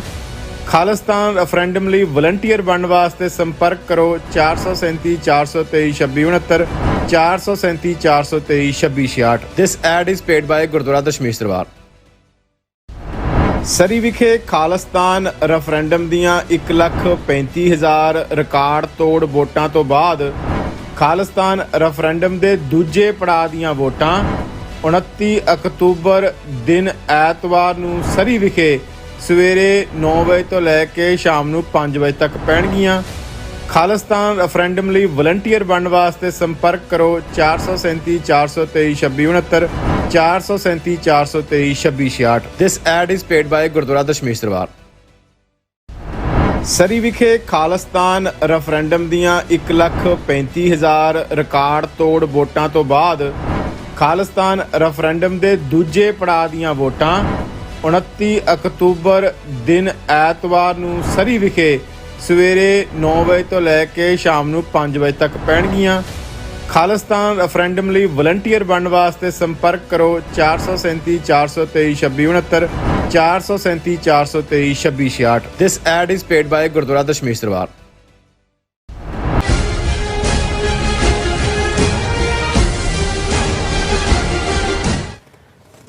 ਦਰਸ਼ਕੋ ਬ੍ਰੇਕ ਤੋਂ ਬਾਅਦ ਤੁਹਾਡਾ ਸਭ ਦਾ ਭਰਪੂਰ ਸਵਾਗਤ ਹੈ। ਸੋ ਇਸ ਗੱਲਬਾਤ ਕਰਾਂਗੇ ਇਜ਼ਰਾਈਲ ਤੇ ਗਜ਼ਾ ਬਾਰੇ ਦੇ ਹਵਾਲੇ ਨਾਲ ਕਿ ਇਜ਼ਰਾਈਲ ਵੱਲੋਂ ਗਜ਼ਾ ਤੇ ਹਮਲਿਆਂ ਦਾ ਸਿਲਸਿਲਾ ਲਗਾਤਾਰ ਜਾਰੀ ਹੈ ਔਰ ਰੋਜ਼ਾਨਾ ਸੈਂਕੜਿਆਂ ਮੌਤਾਂ ਹੋ ਰਹੀਆਂ ਨੇ ਔਰ ਮੁਸਲਮਾਨ ਦੇਸ਼ਾਂ ਵੱਲੋਂ ਵੀ ਜ਼ੁਬਾਨੀ ਜਮ੍ਹਾਂ ਖਰਚ ਤੋਂ ਇਲਾਵਾ ਕੋਈ ਠੋਸ ਕਾਰਵਾਈ ਸਾਹਮਣੇ ਨਹੀਂ ਆਈ। ਸੋ ਟੀਵੀ 84 ਦੇ ਖੈਰਖਵਾ ਇੱਕ ਪਾਕਿਸਤਾਨੀ ਵੀਰ ਰਸ਼ੀਦ ਇਕਬਾਲ ਮੀਆਂ ਨੇ ਸਿੱਖ ਕੌਮ ਨੂੰ ਇਸ ਸੰਬੰਧੀ ਇੱਕ ਅਪੀਲ ਕੀਤੀ ਹੈ। ਸੋ ਇਸ ਬਾਰੇ ਆਪਾਂ ਗੱਲਬਾਤ ਕਰਨ ਜਾ ਰਹੇ ਹਾਂ। ਸੋ ਅਸੀਂ ਚਾਹਾਂਗੇ ਤੁਸੀਂ ਸਾਡੇ ਇਸੇ ਤਰ੍ਹਾਂ ਬਣੇ ਰਹਿਣਾ, ਦੇਖਣ ਸੁਣਨ ਲਈ ਲਿਖਣ ਲਈ ਤੁਹਾਡਾ ਸਭ ਦਾ ਬਹੁਤ ਧੰਨਵਾਦ ਜੀ। ਡਾਕਟਰ ਸਾਹਿਬ ਕੀ ਕਹਿਣਾ ਚਾਹੋਗੇ? ਦੇਖੋ, ਸਭ ਤੋਂ ਪਹਿਲਾਂ ਤਾਂ ਅਸੀਂ ਦੁੱਖ ਦਾ ਇਜ਼ਹਾਰ ਕਰਦੇ ਹਾਂ ਕਿ ਬੀਤੇ ਕੱਲ ਅਮਰੀਕਾ ਦੀ ਮੇਨ ਸਟੇਟ ਦੇ ਵਿੱਚ, ਸਟੇਟ ਦਾ ਨਾਮ ਮੇਨ ਹੈ, ਇੱਕ ਸਿਰਫਿਰੇ ਨੇ ਜਿਹੜਾ 2 ਥਾਵਾਂ ਤੇ ਫਾਇਰਿੰਗ ਕਰਕੇ 22 ਬੇਗੁਨਾਹ ਲੋਕਾਂ ਨੂੰ ਮੌਤ ਦੇ ਘਾਟ ਉਤਾਰਿਆ। ਇੱਕ ਬਾਰ ਦੇ ਵਿੱਚ ਉਹਨੇ ਹਮਲਾ ਕੀਤਾ, ਉਹਦੇ ਚ ਮਾਰੇ, ਫਿਰ ਬੋਲਿੰਗ ਐਲੇ ਜਿੱਥੇ ਬੋਲਿੰਗ ਲਈ ਜਾਂਦੇ ਨੇ ਉੱਥੇ ਕੀਤਾ। 22 ਡੈਥਸ ਹੋ ਚੁੱਕੀਆਂ ਨੇ ਔਰ ਜਿਹੜੀ ਹੋਰ ਵੀ ਅਫਸੋਸ ਦੀ ਗੱਲ ਹੈ ਵੀ ਇਹ ਬੰਦਾ ਅਜੇ ਤੱਕ ਅਰੈਸਟ ਨਹੀਂ ਹੋਇਆ। ਦੇਖੋ, ਔਰ ਹਾਲਾਂ ਪੂਰਾ ਸਰਵੇਲੈਂਸ ਔਰ ਸਾਰਾ ਚੱਲ ਰਿਹਾ। ਇਹ ਜਿਹੜੀ ਮੇਨ ਸਟੇਟ ਪੁਲਿਸ ਨੇ ਕਿਹਾ ਕਿ ਇਹ ਜਿਹੜਾ ਐਕਟਿਵ ਸ਼ੂਟਰ ਇਹ ਲਿਊਸਟਨ ਟਾਊਨ ਹੈ ਮੇਨ ਦਾ। We ask people to shelter in place, please stay inside your home with the doors locked, ਕਿਉਂਕਿ ਇਹ ਬੰਦਾ ਜਿਹੜਾ ਹੈ ਉਸ ਦੇ ਕੋਲ ਵੱਡੇ ਆਟੋਮੈਟਿਕ ਵੈਪਨ ਨੇ ਔਰ 22 ਜਿਹੜੀਆਂ ਕਿਲਿੰਗਸ ਨੇ ਬਹੁਤ ਜ਼ਿਆਦਾ ਨੇ, ਜ਼ਖਮੀ ਵੀ ਹੋਣਗੇ ਲੇਕਿਨ 22 ਜਿਹੜੀਆਂ ਕਿਲਿੰਗਸ ਨੇ ਇਹ ਕਨਫਰਮਡ ਨੇ। ਸੋ ਅਸੀਂ ਦੁੱਖ ਦਾ ਇਜ਼ਹਾਰ ਕਰ ਸਕਦੇ ਹਾਂ ਕਿ ਵੀ ਇਹ ਸਾਰਾ ਅਜੇ ਜਦੋਂ ਤੱਕ ਬੰਦਾ ਮਾਰਿਆ ਨਹੀਂ ਜਾਂਦਾ ਜਾਂ ਫੜਿਆ ਨਹੀਂ ਜਾਂਦਾ ਉਸ ਦੀ ਦਾ ਮੋਟਿਵ ਕੀ ਸੀ, ਕਿ ਉਹ ਇਸ ਵੇਲੇ ਇੱਕ ਪਾਗਲਪਨ ਦਾ ਦੌਰ ਹੈ, ਉਹ ਹੇਟਡ, ਪਰ ਜਿਹੜੀਆਂ ਕਿਲਿੰਗਸ ਨੇ ਉਹ ਤਾਂ ਜਿਹੜੀਆਂ ਨੇ ਉਹ ਬਲਾਈਂਡਲੀ ਨੇ। ਸੋ ਉਸ ਤੋਂ ਲੱਗਦਾ ਤਾਂ ਨਹੀਂ ਹੈ ਕਿ ਕੋਈ ਮੌਜੂਦਾ ਮਿਡਲ ਈਸਟ ਫਲੇਅਰ ਅਪ ਜਿਹੜਾ ਉਸ ਨਾਲ ਕੋਈ ਤਾਲੁਕ ਹੋਏ, ਪਰ ਅਸੀਂ ਦੇਖ ਰਹੇ ਹਾਂ ਵੀ ਹੇਟ ਕ੍ਰਾਈਮ ਦੀਆਂ ਘਟਨਾਵਾਂ ਕਾਫੀ ਜ਼ਿਆਦਾ ਵਧੀਆਂ ਨੇ। ਔਰ ਦੂਸਰੇ ਪਾਸੇ ਜਦੋਂ ਅਸੀਂ 7 ਅਕਤੂਬਰ ਤੋਂ ਹੁਣ ਤੱਕ ਦੀ ਗੱਲ ਕਰਦੇ ਹਾਂ ਤੇ ਉਹੀ ਮੰਜ਼ਰ ਬਣਿਆ ਹੋਇਆ। ਸਿਰਫ ਇੰਨਾ ਕਾਰ ਹੈ ਜੀ ਕਿ ਅਮਰੀਕਾ ਔਰ ਚਾਈਨਾ ਇੱਕ ਦੂਜੇ ਦੇ ਨੇੜੇ ਆ ਰਹੇ ਨੇ। ਚਾਈਨਾ ਦਾ ਫੋਰਨ ਮਿਨਿਸਟਰ ਇਸ ਹਫਤੇ ਅਮਰੀਕਾ 'ਚ ਆਉਣ ਵਾਲਾ ਹੈ ਔਰ ਕਈਆਂ ਦਾ ਕਿ ਵੀ ਸਾਰੇ 'ਚੋਂ ਹੁਣ ਜਿਹੜਾ ਚਾਈਨਾ ਅਮਰੀਕਾ ਰਿਲੇਸ਼ਨਸ਼ਿਪ ਇੰਪਰੂਵ ਹੋ ਰਹੀ ਹੈ। ਦੂਸਰੇ ਪਾਸੇ ਅਸੀਂ ਦੇਖਦੇ ਹਾਂ ਕਿ ਵੀ ਦੋਨੋਂ ਹੀ ਧਿਰਾਂ ਦੇ, ਉਹ ਯਹੂਦੀ ਧਿਰ ਹੋਏ ਜਾਂ ਇਸਲਾਮ ਨੂੰ ਮੰਨਣ ਵਾਲੇ ਜਿਹੜੇ ਐਕਸਟ੍ਰੀਮ ਲਾਈਨ ਵਾਲੇ ਨੇ, ਉਹ ਆਪੋ ਆਪਣੀਆਂ ਪ੍ਰੋਫੈਸੀਜ਼ ਕਿ ਭਵਿੱਖਬਾਣੀਆਂ ਪੇਸ਼ੀਨ ਗੋਈਆਂ ਕਿ ਜੀ ਇਹ ਹੋਏਗਾ, ਹੁਣ ਉਹ ਹਜ਼ਰਤ ਮਹਿੰਦੀ ਦੇ ਆਉਣ ਦਾ ਵਕਤ ਹੈ। ਔਰ ਮੈਂ ਦੇਖਿਆ ਤਾਂ ਨਹੀਂ ਹੈ, ਸਾਡੇ ਆਫਿਸ 'ਚ ਅੱਜ ਇੱਕ ਸੱਜਣ ਕਹਿ ਰਹੇ ਸੀ ਨੇਤਨਯਾਹੂ ਨੇ ਉਹ ਸਾਰਾ ਹੀ ਜਿਹੜੀ ਉਹਨਾਂ ਦਾ ਪਾਰਟ ਹੈ ਔਰ ਅਲ ਅਕਸਾ ਮਸਜਿਦ ਨੂੰ ਹਾਰਮ ਕਰਨ ਦੀ ਗੱਲ ਵੀ ਉਹਨੇ ਕੀਤੀ ਹੈ। ਔਰ ਜਿਹੜੇ ਉੱਥੇ ਰਹਿਣ ਵਾਲੇ ਅਰਬ ਨੇ ਜਾਂ ਦੂਜੇ ਨੇ ਉਹਨਾਂ ਨੂੰ ਸਟੋਨ ਏਜ ਦੇ ਲੋਕ ਦੱਸਿਆ।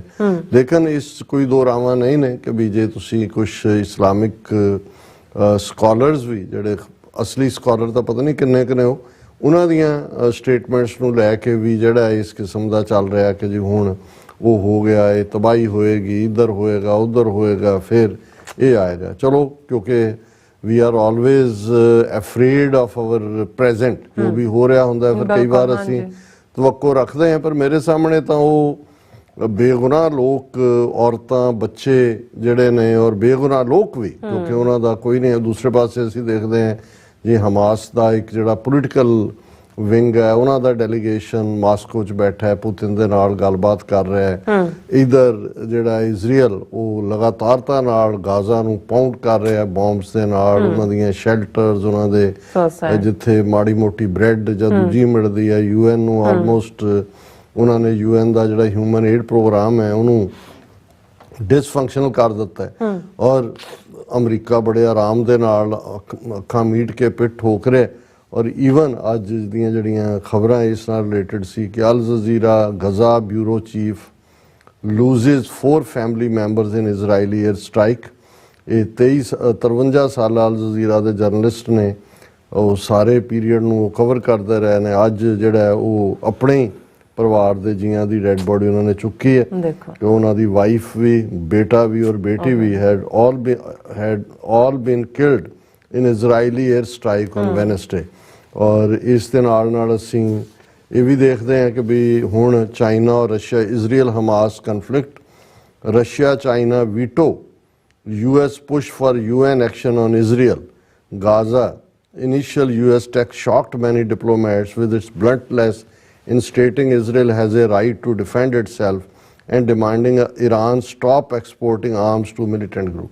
ਹੁਣ ਇਹ ਹੈ ਮਤਲਬ ਅਮਰੀਕਾ ਕਿਵੇਂ ਜਵਾਬਦੇ ਹੋਏਗਾ ਇਹ ਬਾਈਡਨ ਐਡਮਿਨਿਸਟ੍ਰੇਸ਼ਨ ਫਿਊਚਰ ਦੇ ਲੋਕਾਂ ਨੂੰ ਵੀ ਬਜਾਏ ਕਿ ਅੱਜ ਇੰਨੇ ਦਿਨ ਬੀਤਣ ਬਾਅਦ ਕੋਈ ਜਿਹੜਾ ਸੀਜ਼ ਫਾਇਰ ਜਾਂ ਉਸ ਦੀ ਕੋਈ ਗੱਲ ਹੋਏ ਉਹ ਪੁਸ਼ ਕਰ ਰਿਹਾ ਕਿ ਜੀ ਈਰਾਨ ਨੂੰ ਵੀ ਵਾਰਨ ਕਰੋ ਕਿ ਜੋ ਮਿਲੀਟੈਂਟਸ ਨੂੰ ਹਥਿਆਰ ਨਾ ਦੇ ਔਰ ਬਾਰ-ਬਾਰ ਅਮਰੀਕਾ ਕਹਿ ਰਿਹਾ ਜੀ ਈਰਾਨ ਹੱਕ ਹੈ ਇਜ਼ਰਾਈਲ ਨੂੰ ਰਾਈਟ ਟੂ ਸੈਲਫ ਡਿਫੈਂਸ ਦੇ ਥੱਲੇ ਔਰ ਉਹ ਜਿਹੜਾ ਵੀ ਰੈਜ਼ੋਲੂਸ਼ਨ ਉਹਨਾਂ ਨੇ ਪੁਸ਼ ਕਰਨਾ ਚਾਹਿਆ ਯੂਐਨ ਸਿਕਿਉਰਿਟੀ ਕੌਂਸਲ 'ਚ ਉਹਦੇ 'ਚ ਜਿਹੜਾ ਹੈ ਉਹਨੂੰ ਚਾਈਨਾ ਔਰ ਰਸ਼ੀਆ ਨੇ ਵੀਟੋ ਕੀਤਾ ਔਰ ਇਸ ਸਾਰੇ ਦੇ ਚਲਦਿਆਂ ਜਿਹੜਾ ਉਹਨਾਂ ਦਾ ਫਲਸਤੀਨ ਦਾ ਐਂਬੈਸਡਰ ਹੈ ਮਿਸਟਰ ਅਦਨਾਨ ਅਬੂ ਅਲ ਹਾਜਾ ਉਹਨੇ ਅੱਜ ਬੜਾ ਕਲੀਅਰਲੀ ਕਿਹਾ ਕਿਉਂਕਿ ਫਲਸਤੀਨ ਦਾ ਜਿਵੇਂ ਇਜ਼ਰਾਈਲ ਦੀ ਵੀ ਫੁੱਲ ਸਕੇਲ ਹੁਣ ਤਾਂ ਐਂਬੈਸੀ ਹੈ ਫਲਸਤੀਨ ਨੂੰ ਵੀ ਇੰਦਰਾ ਗਾਂਧੀ ਦੇ ਜ਼ਮਾਨੇ 'ਚ ਉਹਨਾਂ ਨੇ ਰਿਕਗਨਾਈਜ਼ ਕੀਤਾ ਸੀ ਉਹਨਾਂ ਦਾ ਦਫ਼ਤਰ ਇਸ ਲਈ ਯਾਸਰ ਅਰਾਫਾਤ ਨਾਲ ਵੀ ਬੜੇ ਨੇੜਲੇ ਸੰਬੰਧ ਰਹੇ ਨੇ ਜਿਹੜਾ ਇੰਡੀਆ 'ਚ ਉਹਨਾਂ ਦਾ ਐਂਬੈਸਡਰ ਹੈ ਫਲਸਤੀਨ ਵੈਸਟ ਬੈਂਕ ਨੂੰ ਜਿਹੜਾ ਰਿਪਰੈਜ਼ੈਂਟ ਕਰਦਾ ਹੈ ਅਦਨਾਨ ਅਬੂ ਅਲ ਹਾਜੀਆ ਹਾਈਜ਼ਾ ਹੋਏਗਾ ਹਾਈਜ਼ਾ Palestinian will choose death over becoming refugees once again.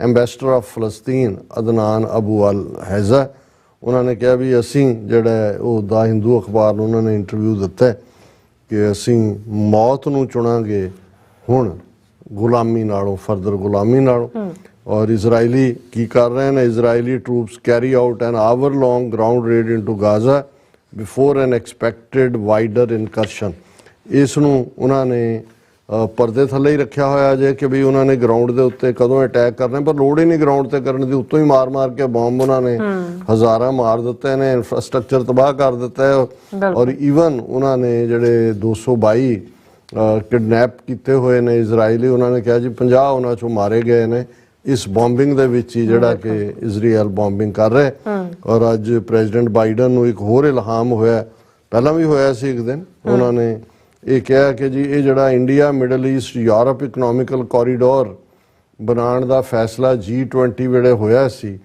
Hamas ਨੇ ਉਹਨੂੰ ਡਿਸਟਰੋਏ ਕਰਨ ਦੇ ਲਈ ਇਹ ਅਟੈਕ ਕੀਤਾ ਤੇ ਮੈਂ ਜਦੋਂ ਇਹ ਖਬਰ ਵੀ ਉਹਨੇ ਕਿਹਾ ਜੀ ਮੇਰੇ ਕੋਲ ਕੋਈ ਸਬੂਤ ਨਹੀਂ ਹੈ ਪਰ ਆਈ ਹੈਵ ਇੰਟਿਊਸ਼ਨ ਮੈਨੂੰ ਉਹ ਇਲਹਾਮ ਹੋ ਰਿਹਾ ਤੇ ਮੈਨੂੰ ਇਹ ਆਇਆ ਕਿ ਵੀ ਉਹ ਪੰਜਾਬੀ ਦਾ ਇੱਕ ਅਖਾਣ ਹੈ ਵੀ ਕਣਕ ਖੇਤ ਕੁੜੀ ਪੇਟ ਆ ਜਵਾਈਆ ਮੰਡੇ ਖਾ ਨਾ ਖੇਤਾਂ 'ਚ ਕਣਕ ਹੈ ਨਾ ਜੇ ਕੋਈ ਕੁੜੀ ਜੰਮੀ ਹੈ ਢਿੱਡ 'ਚ ਹੈ ਤੇ ਜਵਾਈ ਨੂੰ ਤੁਸੀਂ ਸੱਦਾ ਦੇ ਰਹੇ ਹੋ ਵੀ ਆ ਤੈਨੂੰ ਮੰਡੇ ਖਵਾਈਏ ਕਿ ਵੀ ਨਾ ਉਹਦਾ ਕੋਈ ਸਿਰ ਨਾ ਪੈਰ ਨਾ ਉਹਦਾ ਕੋਈ ਰਾਊਟ ਲਾਈਨ ਨਾ ਉਹਦੀ ਕੋਈ ਫੰਡਿੰਗ ਨਾ ਉਹਦੀ ਕੋਈ ਬਿਗਨਿੰਗ ਚਾਈਨਾ ਨੇ ਤਾਂ 370 ਬਿਲੀਅਨ ਕੇ ਕਿੰਨਾ ਰੱਖ ਕੇ ਵਨ ਰੋਡ ਵਨ ਇਨੀਸ਼ੀਏਟਿਵ ਦੇ ਥੱਲੇ 140 ਤੋਂ ਜ਼ਿਆਦਾ ਮੁਲਕਾਂ ਦੇ ਦਸਤਖਤ ਲਏ ਹੋਏ ਨੇ ਪਰ ਅਜੇ ਤੱਕ ਉਹਦਾ ਵੀ ਉਹ ਕਿੱਥੇ ਕ ਜਾਣਾ ਉਹਨੇ ਜਾਂ ਕਿੱਥੇ ਕ ਉਹਦਾ ਕੋਈ ਸਾਹਮਣੇ ਨਹੀਂ ਹੈ ਸੋ ਮਤਲਬ ਇਹ ਹੈ ਕਿ ਵੀ ਇਹ ਕਿਉਂਕਿ ਜਦੋਂ ਤੁਹਾਡੇ ਕੋਲ ਦੇਖੋ ਇਹ ਵੀ ਇਨਸਾਨੀ ਮਨ ਦੀ ਵਿਥਿਆ ਦਿਲੋਂ ਬਾਈਡਨ ਇੱਕ ਪ੍ਰੈਕਟਿਸਿੰਗ ਕੈਥੋਲਿਕ ਹੈ ਉਹਨੂੰ ਨਹੀਂ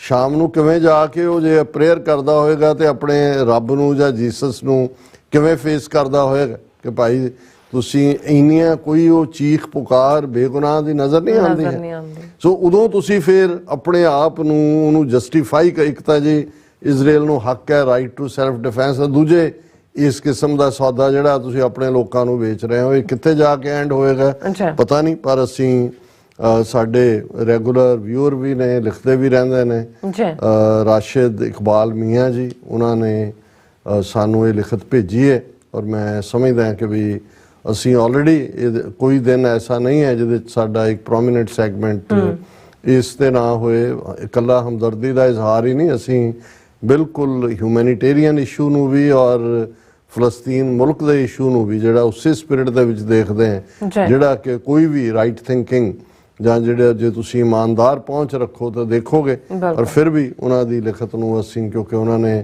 ਸਿੱਖ ਕੌਮ ਨੂੰ ਐਡਰੈਸ ਕਰਕੇ ਲਿਖੀ ਹੈ ਇਹ request to all my Sikh brothers ਅਸੀਂ ਸਾਂਝੀ ਕਰਦੇ ਹਾਂ ਉਹਨਾਂ ਨੇ ਕਿਹਾ ਅਸਲਾਮ ਅਲੈਕਮ ਐਂਡ ਸਤਿ ਸ੍ਰੀ ਅਕਾਲ may Allah my beloved sister Neelam Kaur and keep both of you and Dr. Amarjeet Singh safe and keep you both happy and prosperous. Ameen ya Rabbul Alameen. So nice. I am writing this email with a very sad heart.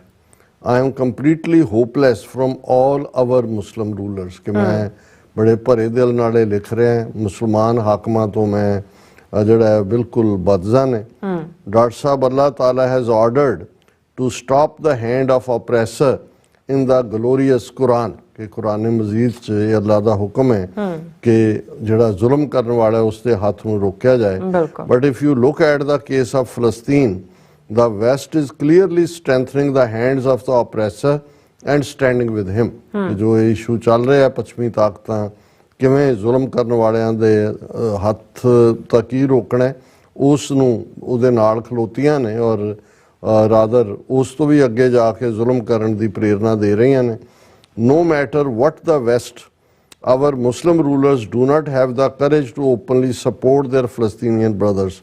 West ਤਾਂ ਜੋ West ਕਰ ਹੀ ਰਿਹਾ ਪਰ ਸਾਡੇ ਮੁਸਲਮਾਨ ਹਾਕਮ ਵੀ ਜਿਹੜੇ ਨੇ ਉਹਨਾਂ ਦੇ ਵਿੱਚੋਂ ਹੌਸਲਾ ਨਹੀਂ ਹੈ ਕਿ ਉਹ ਫਲਸਤੀਨੀ ਭਰਾਵਾਂ ਦੇ ਨਾਲ ਖਲੋਣ ਖੁੱਲ ਕੇ there is a strange criminal attitude of Muslim leaders and rulers as if the Palestinians are not being oppressed but the Palestinians are oppressing Israel. ਹੁਣ ਕਿਹਾ ਜੀ ਇਹਨਾਂ ਈਵਨ ਮੁਸਲਮਾਨ ਲੀਡਰਾਂ ਦਾ ਵੀ ਇਸ ਕਿਸਮ ਦਾ ਅਜੀਬੋ ਗਰੀਬ ਵਰਤਾਰਾ ਹੈ ਕਿ ਜਿਵੇਂ ਫਲਸਤੀਨੀਆਂ ਦੇ ਉੱਤੇ ਜ਼ੁਲਮ ਨਹੀਂ ਹੋ ਰਿਹਾ ਮਾਨੋ ਫਲਸਤੀਨੀ ਜਿਹੜੇ ਨੇ ਉਹ ਇਜ਼ਰਾਈਲ ਦੇ ਉੱਤੇ ਜਿਹੜੇ ਨੇ ਉਹ ਜ਼ੁਲਮ ਕਰ ਰਹੇ ਹੋਣ don't talk about the OIC they will come to their senses when everything is done so I take OIC to mean I will see ਹੁਣ ਕਿਹਾ ਜੀ OIC ਦਾ ਜ਼ਿਕਰ ਨਾ ਕਰੋ ਇਹ ਤਾਂ ਹੋਸ਼ ਜਦੋਂ ਆਉਣਗੇ ਜਦੋਂ ਸਭ ਕੁਝ ਤਬਾਹ ਹੋ ਜਾਏਗਾ ਉਹਨਾਂ ਨੇ ਕਿਹਾ ਵੀ ਜੀ ਮੈਂ ਤਾਂ OIC ਦਾ ਨਾਂ ਹੀ ਇਹ ਰੱਖਿਆ ਹੋਇਆ ਕਿ I'll see. Only the head of the United Nations has made a clear statement against Israel and in favor of the Palestinians. ਕੱਲ੍ਹ ਅਸੀਂ ਐਂਟੋਨੀਓ ਗੁਟਰਸ ਉਹਨਾਂ ਦੀ ਸਟੇਟਮੈਂਟ ਡਿਸਕਸ ਕੀਤੀ ਸੀ ਔਰ ਉਹਨਾਂ ਨੂੰ ਵੀ ਤਾਰੀਫ ਕੀਤੀ ਹੈ ਪਰ ਉਹਨਾਂ ਨੇ ਕਿਹਾ ਵੀ ਉਹ ਤਾਂ ਵਿਚਾਰਾ ਹੈਲਪਲੈਸ ਹੈ but who listens to him or gives him any importance ਉਹਦੀ ਕੀ ਵਕਤ ਹੈ ਜਾਂ ਉਹਦੀ ਕਿਸੇ ਦੀ ਕਿੰਨੀ ਕੁ ਅਹਿਮੀਅਤ ਹੈ I have come here with only this request ਕਿ ਵੀ ਮੈਂ ਤੁਹਾਨੂੰ ਇਸ ਗੁਜ਼ਾਰਿਸ਼ ਦੇ ਨਾਲ ਲਿਖ ਰਿਹਾ that my Sikh brothers should clearly support the oppressed Palestinians ਕਿ ਸਾਡੇ ਸਿੱਖ ਭਰਾ ਖੁੱਲ੍ਹ ਕੇ ਫਲਸਤੀਨੀਆਂ ਦੀ ਹਮਾਇਤ ਕਰਨ and attend pro-Palestine rallies in large numbers wherever they live ਕਿ ਜਿੱਥੇ ਜਿੱਥੇ ਵੀ ਉਹ ਰਹਿੰਦੇ ਨੇ ਜਿੱਥੇ ਰੈਲੀਜ਼ ਹੁੰਦੀਆਂ ਉਹਨਾਂ ਦੇ ਨਾਲ ਉਹ ਵੱਡੀ ਗਿਣਤੀ 'ਚ ਸ਼ਮੂਲੀਅਤ ਕਰਨ ਇਨਸ਼ਾ ਅੱਲਾਹ ਤਾਲਾ will reward you greatly for your raised voice and efforts in favor of the oppressed Palestinians ਕਿ ਰੱਬ ਤੁਹਾਡੇ ਇਸ ਯਤਨ ਨੂੰ ਹੋਰ ਵੀ ਫਲ ਲਾਏਗਾ ਜੇ ਤੁਸੀਂ ਜਿਹੜੇ ਜ਼ੁਲਮ ਦਾ ਸ਼ਿਕਾਰ ਫਲਸਤੀਨੀ ਨੇ ਉਹਨਾਂ ਦੇ ਨਾਲ ਖਲੋਂਦੇ ਹੋ peace be upon both of you Rashid Iqbal Mian ji ਅਸੀਂ ਤੁਹਾਡੇ ਜਜ਼ਬਾਤਾਂ ਦੀ ਵੀ ਕਦਰ ਕਰਦੇ ਹਾਂ ਔਰ ਲਗਾਤਾਰਤਾ ਨਾਲ ਜੇ ਤੁਸੀਂ ਸਿੱਖ ਪਲੇਟਫਾਰਮਸ ਤੇ ਵੀ ਦੇਖ ਰਹੇ ਹੋ ਔਰ ਈਵਨ ਨਿਊਯਾਰਕ DC ਈਵਨ ਸਾਡੇ ਬੇਟੇ ਮਨਵੀਰ ਉਹਨਾਂ ਦੀ ਮਿੱਤਰ ਬੀਬੀ ਜਿਹੜੀ ਆ ਉਹਨੇ ਅਰੈਸਟ ਵੀ ਦਿੱਤੀ ਹੈ ਜਾ ਕੇ ਸੋ ਇਹ ਵਰਤਾਰਾ ਜਿਹੜਾ ਹੈ ਉਹ ਜ਼ੁਲਮ ਦਾ ਉਸ ਦੇ ਖਿਲਾਫ ਆਵਾਜ਼ ਚੁੱਕਣਾ ਇਹ ਨਹੀਂ ਹੈ ਵੀ ਤੁਸੀਂ ਤੁਹਾਡੇ ਤੇ ਕੋਈ ਅਹਿਸਾਨ ਹੈ ਅਸੀਂ ਸਮਝਦੇ ਹਾਂ ਕਿ ਇਹੀ ਗੁਰੂ ਨੇ ਸਾਨੂੰ ਸਿਖਾਇਆ ਹੋਇਆ ਸੱਚ ਕੀ ਬਾਣੀ ਨਾਨਕ ਆਖੇ ਸੱਚ ਸੁਣਾਏ ਸੀ ਸੱਚ ਕੀ ਬੇਲਾ ਬਹੁਤ ਬਹੁਤ ਸ਼ੁਕਰੀਆ ਜੀ ਡਾਕਟਰ ਸਾਹਿਬ ਤੁਹਾਡਾ ਬਹੁਤ ਬਹੁਤ ਧੰਨਵਾਦ ਸਾਥੀਆਂ ਨੇ ਬ੍ਰੇਕ ਵਿਊਅਰਸ ਤੁਸੀਂ ਇਸੇ ਤਰ੍ਹਾਂ ਬਣੇ ਰਹਿਣਾ ਮਿਲਦੇ ਆਫਟਰ ਦਿਸ ਸ਼ਾਰਟ ਬ੍ਰੇਕ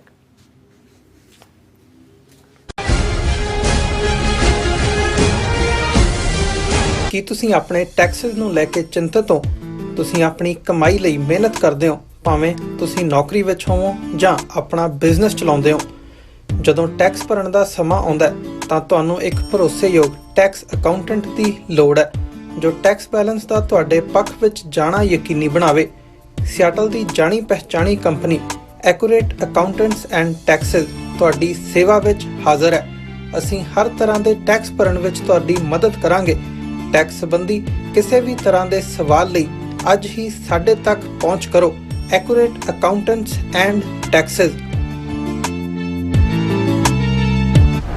ਸਰੀ ਵਿਖੇ ਖਾਲਿਸਤਾਨ ਰੈਫਰੈਂਡਮ ਦੀਆਂ 1,35,000 ਰਿਕਾਰਡ ਤੋੜ ਵੋਟਾਂ ਤੋਂ ਬਾਅਦ ਖਾਲਿਸਤਾਨ ਰੈਫਰੈਂਡਮ ਦੇ ਦੂਜੇ ਪੜਾਅ ਦੀਆਂ ਵੋਟਾਂ 29 ਅਕਤੂਬਰ ਦਿਨ ਐਤਵਾਰ ਨੂੰ ਸਰੀ ਵਿਖੇ ਸਵੇਰੇ 9 ਵਜੇ ਤੋਂ ਲੈ ਕੇ ਸ਼ਾਮ ਨੂੰ 5 ਵਜੇ ਤੱਕ ਪੈਣਗੀਆਂ ਖਾਲਿਸਤਾਨ ਰੈਫਰੈਂਡਮ ਲਈ ਵਲੰਟੀਅਰ ਬਣਨ ਵਾਸਤੇ ਸੰਪਰਕ ਕਰੋ 437 423 2669 437 423 2666। This ad is paid by Gurdwara Dashmesh ਦਰਬਾਰ।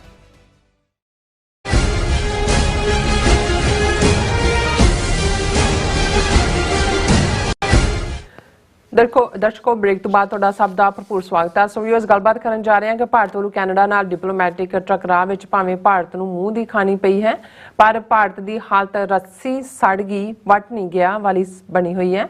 ਹੁਣ ਰਾਤ ਦੇ ਇੱਕ ਪੱਤਰਕਾਰ ਵੱਲੋਂ ਸਟੋਰੀ ਪਲਾਨ ਕਰਵਾਈ ਗਈ ਹੈ ਕਿ 1985 ਵਿੱਚ 에ਅਰ ਇੰਡੀਆ ਕਾਂਡ ਲਈ ਕੈਨੇਡਾ ਸਰਕਾਰ ਜ਼ਿੰਮੇਵਾਰ ਸੀ, ਕਿਉਂਕਿ ਕੈਨੇਡੀਅਨ ਖੁਫੀਆ ਏਜੰਸੀ ਸੀਸਸ ਦੀ ਖਾਲਿਸਤਾਨੀਆਂ ਨਾਲ ਮਿਲੀ ਭੁਗਤ ਸੀ। ਇਸ ਨੂੰ ਕਹਿੰਦੇ ਨੇ ਕਿ ਅਣੀਆਂ ਥਣੀਆਂ ਮਾਰਨਾ। ਸੋ ਇਸ ਬਾਰੇ ਆਪਾਂ ਗੱਲਬਾਤ ਕਰਨ ਜਾ ਰਹੇ ਹਾਂ। ਸੋ ਅਸੀਂ ਚਾਹਾਂਗੇ ਕਿ ਦੋਸਤਾਂ ਨੇ ਇਸੇ ਤਰ੍ਹਾਂ ਬਣੇ ਰਹਿਣਾ, ਦੇਖਣ ਸੁਣ ਲਿਆ ਲਿਖਣ ਲਈ ਤੁਹਾਡਾ ਸਭ ਦਾ ਬਹੁਤ ਬਹੁਤ ਧੰਨਵਾਦ ਜੀ। ਡਾਕਟਰ ਸਾਹਿਬ ਕੀ ਕਹਿਣਾ ਚਾਹੋਗੇ?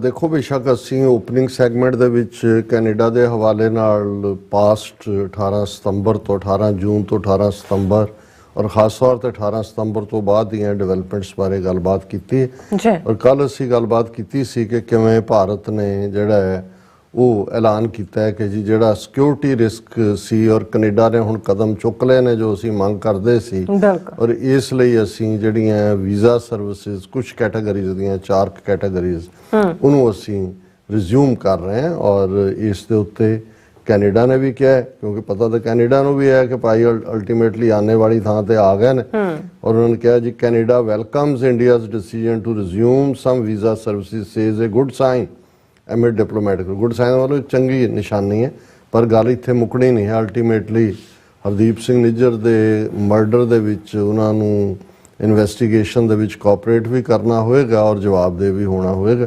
ਹਾਲਾਂਕਿ ਇਸ ਸਾਰੇ ਜਿਹੜੀ ਹੈ ਉਹ ਵੀਜ਼ਾ ਰੈਸਟ੍ਰਿਕਸ਼ਨ ਤੋਂ ਪਹਿਲਾਂ ਇਹਨਾਂ ਨੇ ਇੱਕ ਡਰਾਮਾ ਜਿਹਾ ਕੀਤਾ ਸੀ ਜੀ ਕਿ 18 ਗੁਰਦੁਆਰੇ ਖਾਲਸਾ ਦੀਵਾਨ ਸੁਸਾਇਟੀ ਵੈਨਕੂਵਰ ਦੀ ਅਗਵਾਈ ਥੱਲੇ ਉਹਨਾਂ ਨੇ ਚਿੱਠੀ ਲਿਖੀ ਇੰਡੀਆ ਨੂੰ ਕਿ ਵੀ ਉਹ ਸਾਰੇ ਟਾਊਟ ਜਿਹੇ ਕਿਸਮ ਦੇ ਸੀ, ਪਰ ਉਹ ਸਾਹਮਣੇ ਆ ਜਾਂਦਾ ਇੱਕ ਗੁਰਦੁਆਰਾ ਸਾਹਿਬ ਸ਼ਾਇਦ ਮੀਰੀ ਪੀਰੀ ਹੈ ਉਸ ਖਿੱਤੇ ਦੇ ਵਿੱਚ।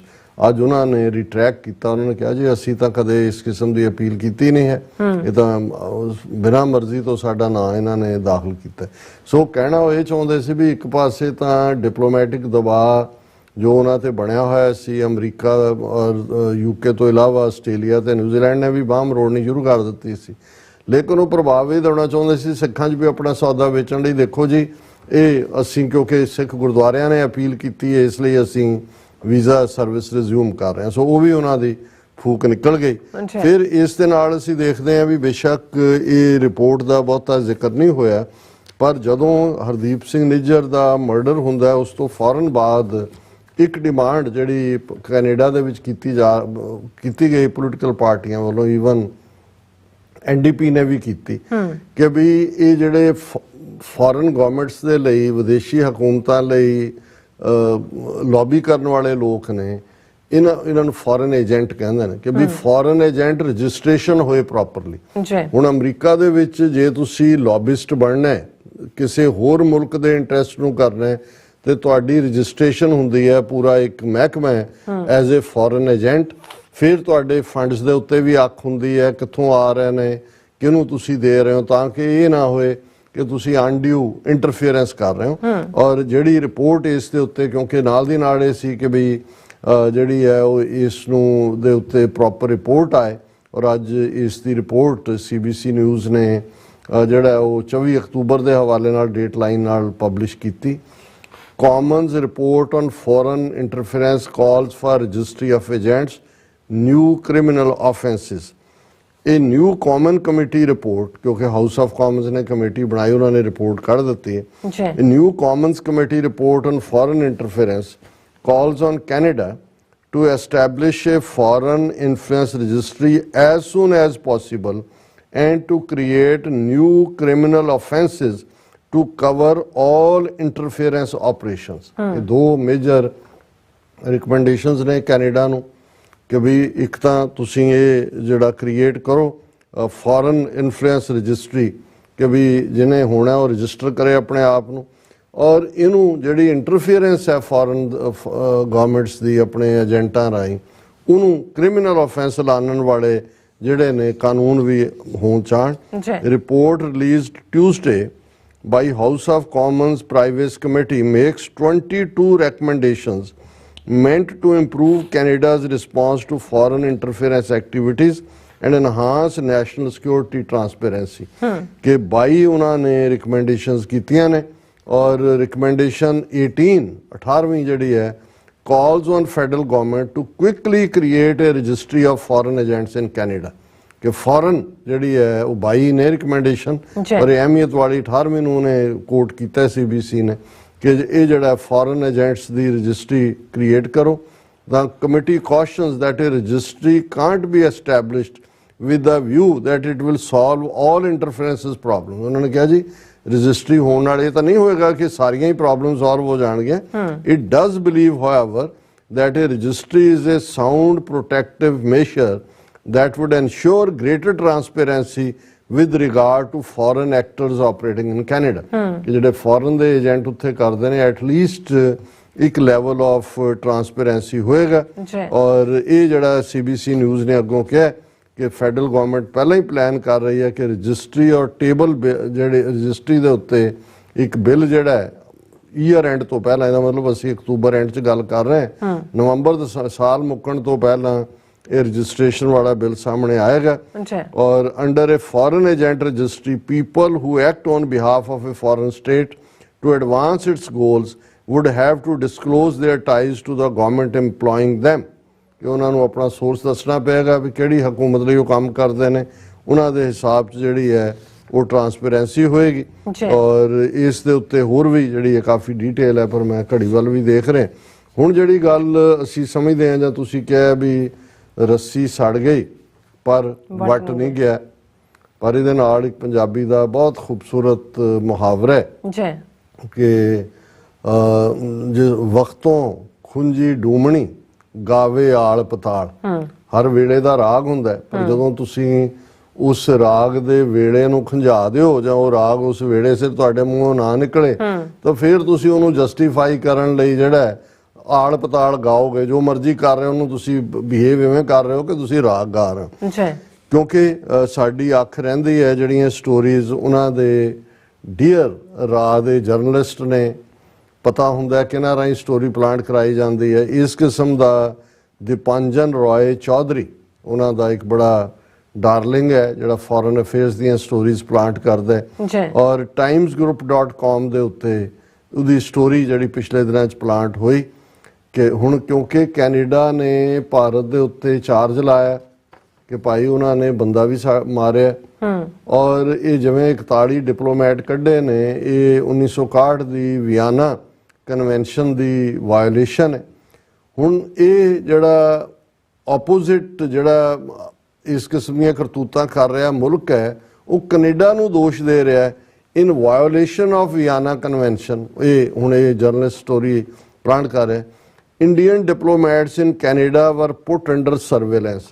ਉਹਨੇ ਕਿਹਾ ਜੀ ਇਹ ਹੈ ਵਾਇਓਲੇਸ਼ਨ ਵਿਆਨਾ ਕਨਵੈਨਸ਼ਨ ਦੀ ਕਿ ਇੰਡੀਆ ਦੇ ਜਿਹੜੇ ਡਿਪਲੋਮੈਟ ਨੇ 1984 ਤੋਂ ਬਾਅਦ ਹੀ ਜਿਹੜੇ ਨੇ ਉਹ ਸਰਵੇਲੈਂਸ ਦੇ ਥੱਲੇ ਨੇ, ਜਿਹੜਾ ਵਿਆਨਾ ਕਨਵੈਨਸ਼ਨ ਮੁਤਾਬਕ ਤੁਸੀਂ ਨਹੀਂ ਕਰ ਸਕਦੇ.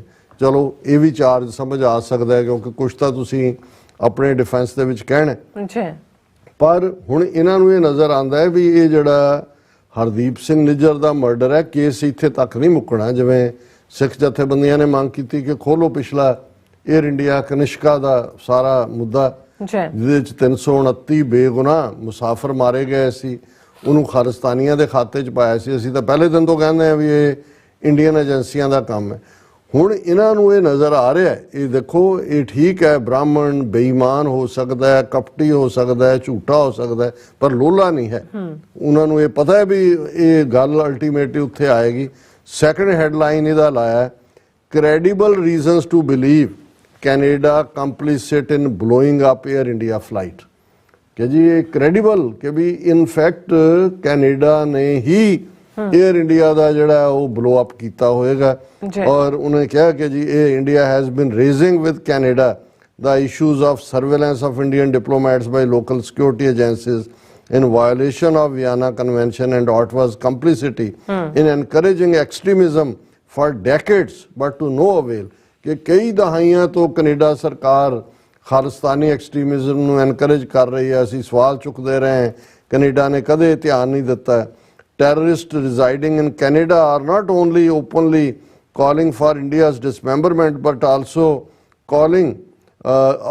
killing innocent people and running extortion and drug syndicates in India। ਕਿ ਜੀ ਇੱਥੇ ਬੈਠ ਕੇ ਇਕੱਲਾ ਇਹ ਨਹੀਂ ਵੀ ਦੇਸ਼ ਨੂੰ ਤੋੜਨ ਦੀ ਗੱਲ, ਉਹ ਡਰਗ ਰਨ ਕਰ ਰਹੇ ਨੇ, ਟ੍ਰੇਡ ਔਰ ਦੂਸਰਾ ਕਰ ਰਹੇ ਨੇ। ਔਰ Canadian government has been ignoring extradition request by India as well as red corner notices against these terrorists, one of the above mentioned sources told। ਇਹ ਜਦੋਂ unknown sources quote ਕਰਨ ਮਤਲਬ ਹੁੰਦਾ ਵੀ ਇਹ ਰਾਤ ਦੀ ਸਟੋਰੀ ਹੈ। ਔਰ ਇਹ ਫਿਰ ਉਹ ਅੱਗੋਂ ਕਹਿ ਰਿਹਾ ਵੀ sources allege there are credible reasons to believe that Canada is complicit in blowing off Air India flight 182 in 1985 in which 329 passengers were killed। ਉਹ ਕਹਿੰਦੇ ਨੇ ਜੀ ਇਸ ਗੱਲ ਦੇ ਵੀ ਸਬੂਤ ਨੇ ਕਿ ਕੈਨੇਡਾ ਜਿਹੜਾ ਹੈ ਇਸ ਦੇ ਵਿੱਚ ਸ਼ਾਮਲ ਸੀ ਜਿਹੜਾ ਇਹ ਜਹਾਜ਼ ਬਲੋ ਕੀਤਾ ਗਿਆ ਸੀ। Sources recalled there was complete failure to detect explosives at Vancouver, Montreal and Toronto airports ahead of the bombing of ਉਹਨਾਂ ਨੇ ਕਿਹਾ ਜੀ ਇਹ ਕਿਵੇਂ ਹੋ ਸਕਦਾ ਹੈ ਕਿ ਆ ਤਿੰਨੋਂ ਹੀ ਮੌਂਟਰੀਅਲ, ਟੋਰਾਂਟੋ ਔਰ ਵੈਨਕੂਵਰ 에ਅਰਪੋਰਟਾਂ ਤੇ ਬੰਬ ਜਹਾਜ਼ 'ਚ ਰੱਖੇ ਗਏ ਔਰ ਜੇ ਗਵਰਨਮੈਂਟ ਕੈਨੇਡਾ ਦੀ ਇਨਵੋਲਵ ਨਹੀਂ ਹੈ ਤੇ ਡਿਟੈਕਟ ਕਿਉਂ ਨਹੀਂ ਹੋਏ। ਔਰ ਉਹਨਾਂ ਨੇ ਕਿਹਾ ਜੀ ਤਲਵਿੰਦਰ ਸਿੰਘ ਪਰਮਾਰ ਨੂੰ ਵੀ ਅਸੀਂ ਐਕਸਟ੍ਰਾਡਾਈਟ ਇੰਡੀਆ ਨੇ ਕਰਨ ਦੀ ਮੰਗ ਕੀਤੀ, ਜਿਹਨੂੰ ਕਦੇ ਨਹੀਂ। ਉਹ ਤਲਵਿੰਦਰ ਸਿੰਘ ਪਰਮਾਰ ਨੂੰ ਤੁਸੀਂ ਅਰੈਸਟ ਕਰਕੇ ਟੌਰਚਰ ਕਰਕੇ ਮਾਰਿਆ, ਕੈਨੇਡੀਅਨ ਸਿਟੀਜ਼ਨ ਸੀ ਉਹ। ਜੇ ਉਹਦੀ ਇਨਵੋਲਵਮੈਂਟ ਸੀ ਉਹ ਤਾਂ ਤੁਹਾਡੇ ਲਈ ਇੰਟਰਨੈਸ਼ਨਲੀ ਕੈਨੇਡਾ ਨੂੰ ਐਕਸਪੋਜ਼ ਕਰਨ ਦਾ ਮੌਕਾ ਸੀ ਕਿ ਆਹ ਸਾਡੇ ਕੋਲ ਸਬੂਤ ਹੈ ਜੀ ਕਿ ਕੈਨੇਡਾ ਨੇ, ਪਰ ਕਿਉਂਕਿ ਆਪਰੇਸ਼ਨ ਇਹਨਾਂ ਦਾ ਆਪਣਾ ਸੀ ਸੋ ਉਹ ਉਹਨਾਂ ਨੇ ਕੀ ਬੰਦੇ ਨੂੰ ਜਿਹੜਾ ਉਹ ਐਲੀਮੀਨੇਟ ਕੀਤਾ, ਟੌਰਚਰ ਕਰਕੇ ਮਾਰਿਆ। ਫਿਰ ਇਹ ਸਾਰੀ ਕਹਾਣੀ ਦਾ ਲੋਵੇ ਲਵਾ ਵੀ ਇਹ ਹੈ ਕਿ ਜੀ Canada has bungled at every stage of this probe amid wars between Canadian security agencies and CSIS and RCMP। उन्होंने कहा जिन्हों का आपसी झगड़ा सी और इस गल की possibility है this has raised suspicion that Parmar was a CSIS agent being used against India। ਹੁਣ ਮਤਲਬ ਉਸ ਨੂੰ ਵੀ ਇਹਨਾਂ ਨੇ ਅੱਗੇ ਉਹੀ ਕਹਾਣੀ ਦਾ ਝੂਠ ਫਿਰ ਉਹਨਾਂ ਨੇ ਨਿਜਰ ਦੇ ਹਵਾਲੇ ਨਾਲ ਕਿਹਾ। ਉਹਨਾਂ ਕਿਹਾ sources alleged several pro-Indian voices in Canada have been targeted physically by Khalistani terrorists with backing from CSIS। One of them is Ujjal Dosanjh। He suffered severe injuries after being attacked। ਇਹ 1984 ਦੀ ਗੱਲ ਉਹਨੂੰ ਕਰ ਉਹਨਾਂ ਨੇ ਕਿਹਾ ਜੀ ਇਹੀ ਨਹੀਂ ਕਿ ਵੀ ਇਹ 에ਅਰ ਕੈਨੇਡਾ 에ਅਰ ਇੰਡੀਆ ਦਾ ਇਹਨਾਂ ਨੇ ਕਰਾਇਆ, ਈਵਨ ਜਿਹੜੇ ਪ੍ਰੋ ਇੰਡੀਆ ਨੇ ਉਹਨਾਂ ਤੇ ਜਿਹੜੇ ਖਾਲਿਸਤਾਨੀ ਅਟੈਕ ਕਰ ਰਹੇ ਨੇ ਉਹ ਕੈਨੇਡੀਅਨ ਖੁਫੀਆ ਏਜੰਸੀ ਸੀਸਸ ਦੇ ਕਹਿਣ ਤੇ ਕਰ ਰਹੇ ਨੇ।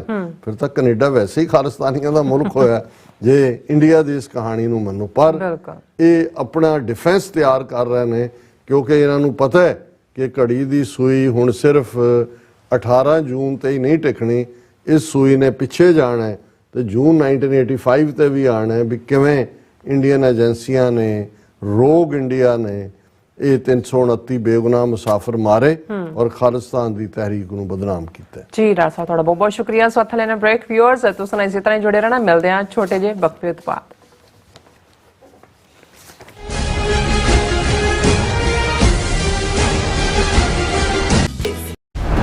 ਸਰੀ ਵਿਖੇ ਖਾਲਿਸਤਾਨ ਰੈਫਰੈਂਡਮ ਦੀਆਂ 1,35,000 ਰਿਕਾਰਡ ਤੋੜ ਵੋਟਾਂ ਤੋਂ ਬਾਅਦ ਖਾਲਿਸਤਾਨ ਰੈਫਰੈਂਡਮ ਦੇ ਦੂਜੇ ਪੜਾਅ ਦੀਆਂ ਵੋਟਾਂ 29 ਅਕਤੂਬਰ ਦਿਨ ਐਤਵਾਰ ਨੂੰ ਸਰੀ ਵਿਖੇ ਸਵੇਰੇ 9 ਵਜੇ ਤੋਂ ਲੈ ਕੇ ਸ਼ਾਮ ਨੂੰ 5 ਵਜੇ ਤੱਕ ਪੈਣਗੀਆਂ।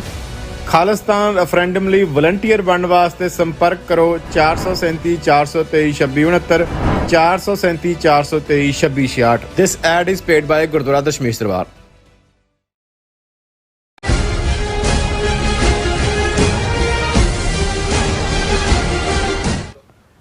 ਦਰਸ਼ਕੋ ਬ੍ਰੇਕ ਤੋਂ ਬਾਅਦ ਆਪਾਂ ਤੁਹਾਨੂੰ ਸਭ ਨੂੰ ਜੀ ਆਇਆਂ ਕਹਿੰਦੇ ਹਾਂ। ਸੋ ਗੱਲਬਾਤ ਕਰਨ ਜਾ ਰਹੇ ਹਾਂ ਕਿ ਭਾਰਤ ਦੇ ਹਿੰਦੂਤਵੀ ਹਾਕਮ ਇਸ ਵੇਲੇ ਆਪਣੀਆਂ ਗੰਦੀਆਂ ਕਰਤੂਤਾਂ ਲਈ ਬੇਨਕਾਬ ਹੋ ਰਹੇ ਨੇ। ਸੋ ਇਸੇ ਦੌਰਾਨ ਦਿੱਲੀ ਦੇ ਫੌਜੀ ਹਲਕਿਆਂ ਵੱਲੋਂ ਇੱਕ ਚਾਣਕਿਆ ਡਾਇਲੌਗ ਦੇ ਥੱਲੇ ਵਿਚਾਰ ਚਰਚਾ ਕਰਵਾਈ ਜਾ ਰਹੀ ਹੈ ਔਰ ਇਸ ਵਿੱਚ ਬੋਲਦਿਆਂ ਭਾਰਤੀ ਫੌਜ ਦੇ ਮੁਖੀ ਜਨਰਲ ਮਨੋਜ ਪਾਂਡੇ ਨੇ ਕਿਹਾ ਹੈ ਕਿ ਭਵਿੱਖ ਵਿੱਚ ਵੀ ਜੰਗ ਲਈ ਦੁਸ਼ਮਣ ਦੇਸ਼ ਤੋਂ ਜ਼ਮੀਨ ਦਾ ਖੋਣਾ ਜੰਗ ਦਾ ਮੁੱਖ ਕੇਂਦਰ ਰਹੇਗਾ। ਸੋ ਪਾਕਿਸਤਾਨ ਵੱਲੋਂ ਜੰਮੂ ਬਾਰਡਰ ਤੇ ਮੋਟਰ ਗੰਨਾਂ ਨਾਲ ਫਾਇਰਿੰਗ ਕਰਕੇ ਇਸ ਦਾ ਜਵਾਬ ਦਿੱਤਾ ਗਿਆ ਹੈ। ਸੋ ਇਸ ਬਾਰੇ ਆਪਾਂ ਗੱਲਬਾਤ ਕਰਨ ਜਾ ਰਹੇ ਹਾਂ। ਸੋ ਅਸੀਂ ਚਾਹਾਂਗੇ ਕਿ ਤੁਸੀਂ ਇਸੇ ਤਰ੍ਹਾਂ ਜੁੜੇ ਰਹਿਣਾ, ਦੇਖਣ ਸੁਣ ਲਈ ਐਂਡ ਲਿਖਣ ਲਈ ਤੁਹਾਡਾ ਸਭ ਦਾ ਬਹੁਤ ਬਹੁਤ ਸ਼ੁਕਰੀਆ। ਜੀ ਡਾਕਟਰ ਸਾਹਿਬ ਕੀ ਵਿਚਾਰਾਂ ਨੇ? ਦੇਖੋ, ਜਿਹੜੀ ਫੌਜ ਪੂਰੀ ਤਰ੍ਹਾਂ ਹਰ ਫਰੰਟ ਤੇ ਹਾਰੀ ਹੋਏ, ਉਹ ਭਾਵੇਂ ਉਹਨਾਂ ਦੀ 에ਅਰ ਫੋਰਸ ਹੋਏ, ਅਸੀਂ ਪੁਲਵਾਮਾ ਦੇ ਹਵਾਲੇ ਨਾਲ ਦੇਖਿਆ ਕਿ ਭਾਈ ਕਿਵੇਂ ਮਿੰਟ ਡੇਢ ਮਿੰਟ ਦੀ ਡੌਗ ਫਾਈਟ 'ਚ ਇਹਨਾਂ ਦੇ ਜਹਾਜ਼ ਵੀ ਪਾਕਿਸਤਾਨ ਨੇ ਸੁੱਟੇ, ਅਭਿਨੰਦਨ ਨੂੰ ਗ੍ਰਿਫਤਾਰ ਕੀਤਾ ਔਰ ਗ੍ਰੇਸਫੁਲੀ ਵਾਪਸ ਕੀਤਾ। ਫਿਰ ਅਸੀਂ ਚਾਈਨਾ ਦੇ ਹਵਾਲੇ ਨਾਲ ਜੂਨ 2020 ਤੋਂ ਹੀ ਦੇਖ ਰਹੇ ਹਾਂ ਕਿ ਇਹਨਾਂ ਦੇ ਆਪਣੇ ਆਈਡੀਆਲੋਗ ਸੁਬਰਾਮਨੀਅਮ ਸਵਾਮੀ ਦਾ ਕਹਿਣਾ ਹੈ ਕਿ 4000 ਸਕੁਅਰ ਕਿਲੋਮੀਟਰ ਤੋਂ ਜ਼ਿਆਦਾ ਜ਼ਮੀਨ ਗਲਵਾਨ ਵੈਲੀ, ਪੈਂਗਸੋਂਗ ਲੇਕ, ਡੈਪਸੋਂਗ ਇਹਨਾਂ ਸਾਰਿਆਂ 'ਚ ਚੀਨ ਨੇ ਭਾਰਤ ਤੋਂ ਖੋਈ ਹੈ ਔਰ ਕਿੰਨੇ ਜਿਹੜੇ ਇਹਨਾਂ ਦੇ ਪੈਟਰੋਲਿੰਗ ਪੁਆਇੰਟਸ ਸੀ ਉਹ ਉਹਨਾਂ ਤੋਂ ਇਹ ਪਿੱਛੇ ਹਟੇ ਔਰ ਜਿੱਥੇ ਕੌਮਤ ਪੈਟਰੋਲਿੰਗ ਹੁੰਦੀ ਸੀ ਉਹ ਬਫਰ ਜ਼ੋਨ ਬਣਾ ਦਿੱਤੇ ਗਏ। ਬਿਲਕੁਲ। ਹੁਣ ਇਸ ਸਾਰੇ ਦੇ ਬਾਵਜੂਦ ਜੇ ਤੁਸੀਂ ਸਿਰਫ ਤੇ ਸਿਰਫ ਆਪਣੇ ਲੋਕਾਂ ਨੂੰ, ਔਰ ਹੁਣ ਵੀ ਇਹ ਗੱਲ ਬੜੀ ਕਲੀਅਰ ਹੈ, ਹਾਲਾਂ ਸਾਡੀਆਂ TV 84 ਨਿਊਜ਼ ਨੇ ਵੀ ਉਹਨੂੰ ਕਵਰ ਕੀਤਾ। ਪਿਛਲੇ ਦਿਨਾਂ 'ਚ ਰਾਹੁਲ ਗਾਂਧੀ ਜਿਹੜਾ ਉਹ ਇੱਕ ਪੱਤਰਕਾਰ ਬਣ ਕੇ ਸਤਪਾਲ ਮਲਕ ਦੇ ਕੋਲ ਬੈਠਾ, ਜਿਹੜਾ ਸਤਪਾਲ ਮਲਕ ਜਦੋਂ ਪੁਲਵਾਮਾ ਹੋਇਆ ਤੇ ਜੰਮੂ ਕਸ਼ਮੀਰ ਦਾ ਗਵਰਨਰ ਸੀ, ਜਿਹਦੇ ਵੇਲੇ ਆਰਟੀਕਲ 370 ਵੀ ਖਤਮ ਕੀਤਾ ਗਿਆ। ਬਿਲਕੁਲ। ਔਰ ਉਹਨੇ ਉਸ ਇੰਟਰਵਿਊ 'ਚ ਵੀ, ਜਿਹੜਾ ਅੱਜ ਭਾਵੇਂ ਇਹਨਾਂ ਦੇ ਮੇਨ ਸਟ੍ਰੀਮ ਮੀਡੀਆ ਨੇ ਬਲੌਕ ਕੀਤਾ ਹੈ ਬਟ YouTube ਤੇ ਡਿਸਕਸ ਹੋ ਰਿਹਾ, ਉਹਨੇ ਕਿਹਾ ਜੀ ਮੈਂ ਮਤਲਬ ਮੋਦੀ ਨੂੰ ਕਾਲ ਕੀਤਾ ਕਿ ਵੀ ਇਹ ਤੁਸੀਂ ਕੀ ਕਰ ਰਹੇ ਹੋ ਇਹ ਸਾਰੇ, ਤਾਂ ਕਹਿੰਦਾ ਮੋਦੀ ਨੇ ਮੈਨੂੰ ਕਿਹਾ ਜੀ ਤੁਸੀਂ ਚੁੱਪ ਰਹੋ ਇਸ ਤੇ। ਫਿਰ ਕਹਿੰਦਾ ਅਜੀਤ ਡੋਵਲ ਦੀ ਮੈਨੂੰ ਕਾਲ ਆਈ, ਮੇਰਾ ਕਲਾਸ ਫੈਲੋ ਰਿਹਾ ਲਾਅ ਸਕੂਲ 'ਚ ਮੇਰਠ ਦੇ ਵਿੱਚ, ਕਿ ਸਤਪਾਲ ਮਲਕ ਜੀ ਇਸ ਦੇ ਬਾਰੇ ਤੁਸੀਂ ਨਾ ਬੋਲੋ। ਕਹਿੰਦਾ ਵੀ ਮੈਂ ਉਹਨਾਂ ਨੂੰ ਪੁੱਛਿਆ ਕਿ ਵੀ ਇਹ ਸਾਰਾ ਜੇ ਉਹਨਾਂ ਨੂੰ ਜਹਾਜ਼ ਚਾਹੀਦੇ ਸੀ ਮੰਗੇ, ਤੁਸੀਂ ਪ੍ਰੋਵਾਈਡ ਕਿਉਂ ਨਹੀਂ ਕੀਤੇ, ਉਹਨਾਂ ਦੀ ਸਿਕਿਉਰਿਟੀ ਦਾ ਕਿਉਂ ਨਹੀਂ? ਉਹ ਕਹਿੰਦਾ ਮੈਨੂੰ ਤਾਂ ਉਦੋਂ ਹੀ ਪਤਾ ਲੱਗਾ ਜਦੋਂ ਮੈਂ ਦੇਖਿਆ ਕਿ ਵੀ ਉਹਨਾਂ ਸ਼ਹੀਦਾਂ ਦੇ ਨਾਂ ਥੱਲੇ ਫਿਰ ਮੋਦੀ ਵੋਟਾਂ ਮੰਗ ਰਿਹਾ ਔਰ ਸਾਰੀ ਇਲੈਕਸ਼ਨ ਉਹਦੇ ਥੱਲੇ। ਸੋ ਆਲਰੇਡੀ ਅਸੀਂ ਤਾਂ ਪਹਿਲੇ ਦਿਨ ਤੋਂ ਹੀ ਇਸ ਦੇ ਉੱਤੇ ਸ਼ੱਕ ਦੀ ਸੂਈ ਰੱਖੀ ਹੋਈ ਸੀ ਕਿ ਵੀ ਇਹਨਾਂ ਦਾ ਆਪਣਾ ਘਰ ਹੈ ਔਰ ਬਾਲਾਕੋਟ ਦਾ ਵੀ ਕਿਵੇਂ ਇਹਨਾਂ ਨੇ ਝੂਠਾ ਪ੍ਰਚਾਰ ਕੀਤਾ। ਲੇਕਿਨ ਹੁਣ ਕਿਉਂਕਿ 2024 ਦੀਆਂ ਇਲੈਕਸ਼ਨਾਂ ਸਿਰ ਦੇ ਉੱਤੇ ਨੇ, ਇੱਕ ਪਾਸੇ ਇਹਨਾਂ ਦੀ ਜਿਹੜੀ ਹੈ ਤੋਏ ਹੋ ਰਹੀ ਹੈ ਆਲਰੇਡੀ, ਪਹਿਲਾਂ ਤਾਂ ਕੈਨੇਡਾ ਦੇ ਮਾਮਲੇ 'ਚ ਹੀ ਥੁੱਕਿਆ ਚੱਟਣਾ ਪਿਆ। ਅੱਜ ਜੋ 8 ਇਹਨਾਂ ਦੇ ਆਲਾ ਤਰੀਨ ਨੇਵਲ ਆਫੀਸਰਸ ਰਿਟਾਇਰਡ ਜਿਹੜੇ ਰਾਹ ਲਈ ਕੰਮ ਕਰ ਰਹੇ ਸੀ ਪਰ ਅਲਟੀਮੇਟਲੀ ਜਿਹੜੀ ਹੈ ਉਹ ਇਜ਼ਰਾਈਲ ਦੇ ਜਸੂਸ ਸਾਬਤ ਹੋਏ, ਉਹਨਾਂ ਨੂੰ ਸਜ਼ਾਏ ਮੌਤ ਦਿੱਤੀ ਗਈ। ਇਹ ਵੀ ਬਹੁਤ ਵੱਡਾ ਸਕੈਂਡਲ ਆਉਣ ਵਾਲੇ ਦਿਨਾਂ 'ਚ ਜੇ ਉਹਨਾਂ ਨੂੰ ਫਾਂਸੀ ਦਿੱਤੀ ਜਾ। ਹਾਲਾਂ ਮੈਨੂੰ ਲੱਗਦਾ ਵੀ ਡਿਪਲੋਮੇਸੀ 'ਚ ਅਲਟੀਮੇਟਲੀ ਜਿਹੜਾ ਉਮਰ ਕੈਦ ਜਾਂ ਕੋਈ ਹੋਰ ਕਨਵਰਟ ਕਰ ਲੈ, ਪਰ ਇਹ ਸਾਬਤ ਹੋ ਜਾਣਾ ਕਿ ਵੀ ਇਹ ਜਿਹੜੇ ਨੇ ਉੱਥੇ ਬੈਠ ਕੇ ਇਜ਼ਰਾਈਲ ਦੀ ਜਸੂਸੀ ਕਰਦੇ ਨੇ, ਇਹਨੇ ਵੀ ਇਹਨਾਂ ਨੂੰ ਐਕਸਪੋਜ਼ ਕੀਤਾ। ਪਰ ਤੁਸੀਂ ਆਪਣੀ ਕਰਾਊਡ, ਕਿਉਂਕਿ ਮੀਡੀਆ ਮੇਨ ਸਟ੍ਰੀਮ ਇਹਨਾਂ ਨੇ 700-800 ਚੈਨਲ ਕਾਬੂ ਕੀਤਾ ਹੋਇਆ ਹੈ, YouTube, Facebook ਇਹਨਾਂ ਦੇ ਹੀ ਪ੍ਰਭਾਵ ਥੱਲੇ ਨੇ, ਔਰ ਉਸ ਸਾਰੇ ਦੇ ਚਲਦੇ ਆ ਆਪਣੀ ਆਡੀਅנס ਨੂੰ ਤੁਸੀਂ ਦਿਖਾਣਾ ਹੁੰਦਾ ਹੈ ਕਿ ਜੀ ਦੇਖੋ ਅਸੀਂ ਬਹੁਤ ਮਾਰਕੇ ਦਾ ਕੰਮ ਕਰ ਸਕਦੇ ਹਾਂ, ਅਸੀਂ ਜਦੋਂ ਮਰਜ਼ੀ ਆਜ਼ਾਦ ਕਸ਼ਮੀਰ ਲੈ ਲਈਏ, ਅਸੀਂ ਚੀਨ ਵੀ ਸਾਡੇ ਤੋਂ ਡਰਦਾ ਹੈ, ਅਸੀਂ ਵੱਡੀ ਇਕਨੋਮੀ ਬਣ ਗਏ। ਔਰ ਦੂਜਾ ਹੁਣ ਇਹਨਾਂ ਨੇ ਇੱਕੋ ਡਰਾਮਾ ਜਿਹਾ ਸ਼ੁਰੂ ਕੀਤਾ ਹੋਇਆ ਹੈ ਚਾਣਕਿਆ ਡਾਇਲੌਗ ਦੇ ਥੱਲੇ, ਔਰ ਪਿਛਲੀ ਵਾਰ ਵੀ ਇਸ ਦਾ ਜਿਹੜਾ ਹੈ ਉਹਨਾਂ ਨੇ ਇਸ ਦੇ ਉੱਤੇ ਡਿਸਕਸ਼ਨਸ ਰੱਖੀਆਂ ਸੀ, 5-6 ਉਹਦੇ ਸੈਸ਼ਨ ਹੁੰਦੇ ਨੇ, ਰਾਇਸੀਨਾ ਡਾਇਲੌਗ ਵੀ ਉਹਨੂੰ ਕਹਿੰਦੇ ਨੇ, ਔਰ ਉਹਦੇ 'ਚ ਫਿਰ ਆਪਣੀਆਂ ਜਬਲੀਆਂ ਮਾਰਦੇ ਨੇ, ਆਪਣੇ ਕਿਸਮ ਦੇ ਉਸ ਕਿਸਮ ਦੇ ਤੋਤੇ ਲਿਆਂਦੇ ਹੁੰਦੇ ਨੇ। ਔਰ ਇੱਕ ਉਸ ਨਾਲ ਰਿਲੇਟਡ ਹੀ ਇਸ ਵੇਲੇ ਭਾਰਤ ਦਾ ਫੌਜੀ ਚੀਫ ਤਾਂ ਮਨੋਜ ਪਾਂਡੇ ਹੈ। Land will continue to be a key domain of warfare, especially in countries with contested borders, says Army Chief. ਕਿ ਵੀ ਅਲਟੀਮੇਟਲੀ ਜਿਹੜਾ ਜੰਗ ਦਾ ਮਕਸਦ ਹੈ ਉਹ ਤਾਂ ਲੈਂਡ ਗ੍ਰੈਬ ਹੀ ਹੋਏਗਾ। ਔਰ ਇਹਦੇ 'ਚ ਉਹਨੇ ਇਹ ਕਿਹਾ ਕਿ ਜੀ ਦੇਖੋ ਇਹ ਚਾਣਕਿਆ ਡਿਫੈਂਸ ਡਾਇਲੌਗ 'ਚ ਬੋਲਦਿਆਂ ਉਹਨੇ ਕਿਹਾ ਕਿ one of the key reasons from Russia-Ukraine conflict is that land will continue to be a key domain of warfare, especially when there are contested borders like in the case of India, Army Chief General Manoj Pandey said.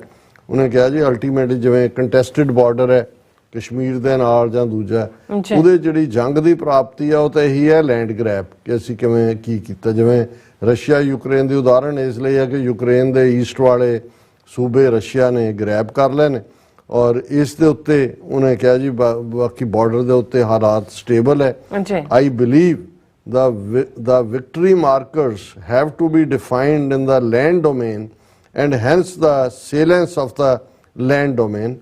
That is not to suggest when we look at enhancing our outcomes through the jointness and integration that we wish to be or must achieve what the other services and other stakeholders. It is as important, but in my view, in terms of salience of land, the land domain is going to be extremely important, especially in our case. General Pandey said in a fireside chat with Lieutenant General Raj Shukla, retired.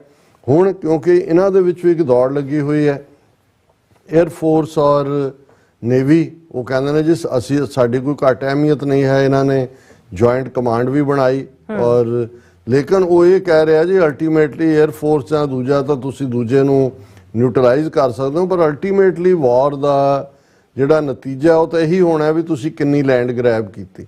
ਸੋ ਇਹ ਘੱਟੋ ਘੱਟ ਮਨੋਜ ਪਾਂਡੇ ਇਹ ਤਾਂ ਦੱਸ ਦਿੰਦਾ ਕਿ ਵੀ ਇਹਨਾਂ ਨੇ ਕਿੰਨੀ ਲੈਂਡ ਗ੍ਰੈਬ ਕੀਤੀ ਹੈ against China and against Pakistan. So ਮਤਲਬ ਇਹ ਹੈ ਕਿ ਇਹ ਇਨ ਏ ਵੇ ਆਪਣਾ ਮਸਲ ਵੀ ਫਲੈਕਸ ਕਰ ਰਿਹਾ ਹੈ, ਪਰ ਨਾਲ ਦੀ ਨਾਲ ਅਸੀਂ ਇਹ ਖਬਰ ਜਦੋਂ ਮੈਂ ਦੇਖੀ ਮੈਂ ਕਿਹਾ ਵੀ ਪਾਕਿਸਤਾਨ ਵੀ ਕੋਈ ਸੁੱਤਾ ਨਹੀਂ ਹੈ, ਉਹਨਾਂ ਦਾ ਵੀ ਜਵਾਬ ਦੇਣ ਦਾ ਇੱਕ ਆਪਣਾ ਢੰਗ ਹੈ।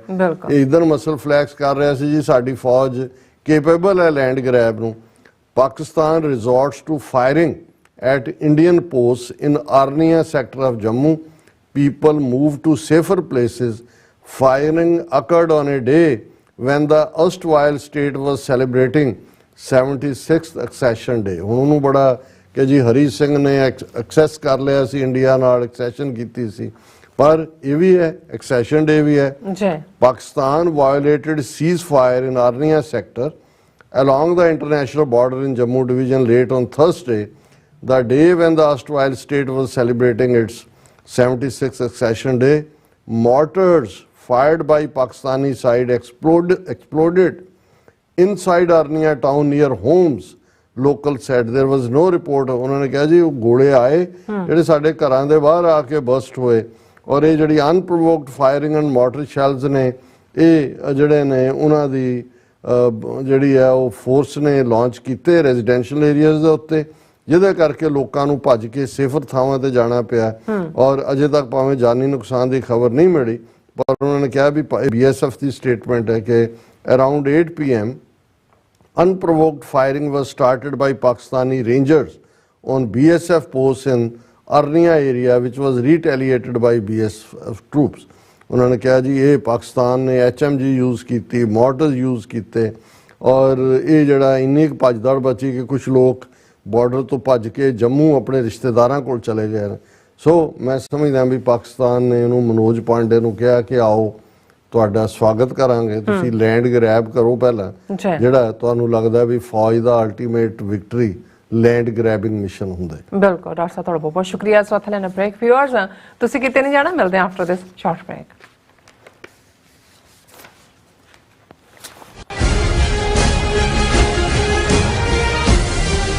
ਕੀ ਤੁਹਾਨੂੰ 30, 40 ਜਾਂ 50 ਦਿਨ ਵੇਟ ਕਰਨੀ ਪੈ ਰਹੀ ਹੈ ਤੁਹਾਡੇ ਚੈੱਕ ਲਈ?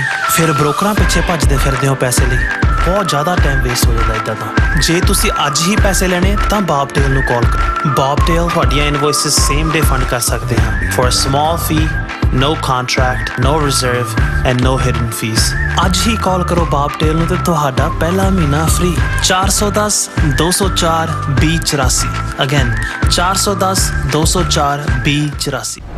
ਸਰੀ ਵਿਖੇ ਖਾਲਿਸਤਾਨ ਰੈਫਰੈਂਡਮ ਦੀਆਂ 1,35,000 ਰਿਕਾਰਡ ਤੋੜ ਵੋਟਾਂ ਤੋਂ ਬਾਅਦ ਖਾਲਿਸਤਾਨ ਰੈਫਰੈਂਡਮ ਦੇ ਦੂਜੇ ਪੜਾਅ ਦੀਆਂ ਵੋਟਾਂ 29 ਅਕਤੂਬਰ ਦਿਨ ਐਤਵਾਰ ਨੂੰ ਸਰੀ ਵਿਖੇ ਸਵੇਰੇ 9 ਵਜੇ ਤੋਂ ਲੈ ਕੇ ਸ਼ਾਮ ਨੂੰ 5 ਵਜੇ ਤੱਕ ਪੈਣਗੀਆਂ। ਖਾਲਿਸਤਾਨ ਰੈਫਰੈਂਡਮ ਲਈ ਵਲੰਟੀਅਰ ਬਣਨ ਵਾਸਤੇ ਸੰਪਰਕ ਕਰੋ 437 423 2669 437 423 2666। This ad is paid by Gurdwara Dashmesh Darbar.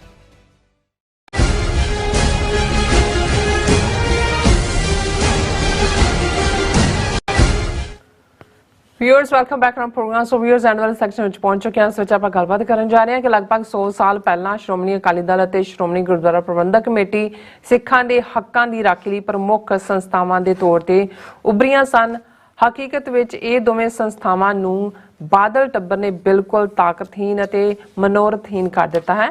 So Shiromani committee ਦਾ ਪ੍ਰਧਾਨ ਜਿਹੜੀਆਂ ਫਜ਼ੂਲ ਵਿਸ਼ਿਆਂ ਤੇ ਬਿਆਨਬਾਜ਼ੀਆਂ ਕਰਨ ਤੇ ਮੋਹਰੇ ਤੇ ਕਰ ਦਿੱਤਾ ਹੈ ਔਰ ਜਿਵੇਂ ਕਿ ਹੁਣ ਮੋਦੀ ਵੱਲੋਂ ਉਸ ਨੂੰ ਮਿਲੇ ਤੋਹਫਿਆਂ ਨੂੰ ਨਿਲਾਮ ਕਰਨ ਦਾ ਫੈਸਲਾ ਹੈ। ਸੋ ਇਹਨਾਂ ਤੋਹਫਿਆਂ ਵਿੱਚ ਇੱਕ ਦਰਬਾਰ ਸਾਹਿਬ ਦਾ ਮਾਡਲ ਵੀ ਸ਼ਾਮਲ ਹੈ, ਜਿਸ ਨੂੰ ਲੈ ਕੇ ਸ਼੍ਰੋਮਣੀ ਕਮੇਟੀ ਮੋਦੀ ਨੂੰ ਇਹ ਮਾਡਲ ਨਿਲਾਮ ਕਰਨ ਦਾ ਜਿਹੜਾ ਉਹ ਬੇਨਤੀ ਕਰ ਰਹੀ ਹੈ। ਸੋ ਹੈ ਨਾ ਵਿਊਅਰਸ ਇਹ ਸ਼ਰਮਨਾਕ ਗੱਲ। ਸੋ ਇਸ ਬਾਰੇ ਆਪਾਂ ਗੱਲਬਾਤ ਕਰਨ ਜਾ ਰਹੇ ਹਾਂ ਔਰ ਨਾਲ ਜਿਹੜੀਆਂ ਤੁਹਾਡੇ ਜਿਹੜੇ ਮੈਸੇਜ ਨੇ ਉਹ ਆਪਾਂ ਤੁਹਾਡੇ ਨਾਲ ਸ਼ੇਅਰ ਕਰਨ ਜਾ ਰਹੇ ਹਾਂ। ਸੋ ਅਸੀਂ ਚਾਹਾਂਗੇ ਕਿ ਤੁਸੀਂ ਇਸੇ ਤਰ੍ਹਾਂ ਬਣੇ ਰਹਿਣਾ। ਦੇਖਣ ਸੁਣ ਲਈ ਲਿਖਣ ਲਈ ਤੁਹਾਡਾ ਸਭ ਦਾ ਬਹੁਤ ਬਹੁਤ ਧੰਨਵਾਦ। ਜੀ ਡਾਕਟਰ ਸਾਹਿਬ ਕੀ ਕਹਿਣਾ ਚਾਹੋਗੇ? ये उर्दू का कपलेट मेरे मन च आ रहा है कि हर शाख पे उल्लू बैठा है, अंजाम गुलिस्तां क्या होगा, बर्बाद गुलिस्तां करने को जब एक ही उल्लू काफ़ी है। पंजाब वाल नज़र मारे हैं बहुत उपरामता होंदी, इसलिए नहीं जिथे तक सिख संगत का ताल्लुक है उत्थों दे दी फिजा उस धरती जिथे सतगुरां दी हमेशा ही रहमत है, उस बारे तो कदे निराशता लफ्ज मैं नहीं इस्तेमाल करांगा। अच्छा, पर जिन्हां तो लोग आस करते ने कि भी ये कोई डिलीवर कर सकते ने, जिन्हां दे उत्ते जिहड़ा है वो इन्ना लंबा वक्त भरोसा भी कीता, एक तो बाद दूसरे ते भरोसा हुंदा है, वो असी हकूमती फेलियर की गल तो करते ही हैं। हुण इसे ते ही जी मैं पंजाब बोलदा है, डायलॉग डिबेट ये वो, और जिस लैवल ते घटिया लैवल ते जाके असैंबली दे विच तू करके गाली गलोच चार्जेस वो सारे लगदे ने। तुहानूं लगदा ही नहीं, तुहानूं लगदा है भी अनपढ़ां दे खोतियां दे महल्ले दे विच तुसीं खलोते हो ते वो इलैक्टेड लोग अपने आप नूं कहंदे ने। पर उस तो भी निराशता है, कांग्रेस ने की किया, आम आदमी ने की किया, भी ये मैटर नहीं करदा।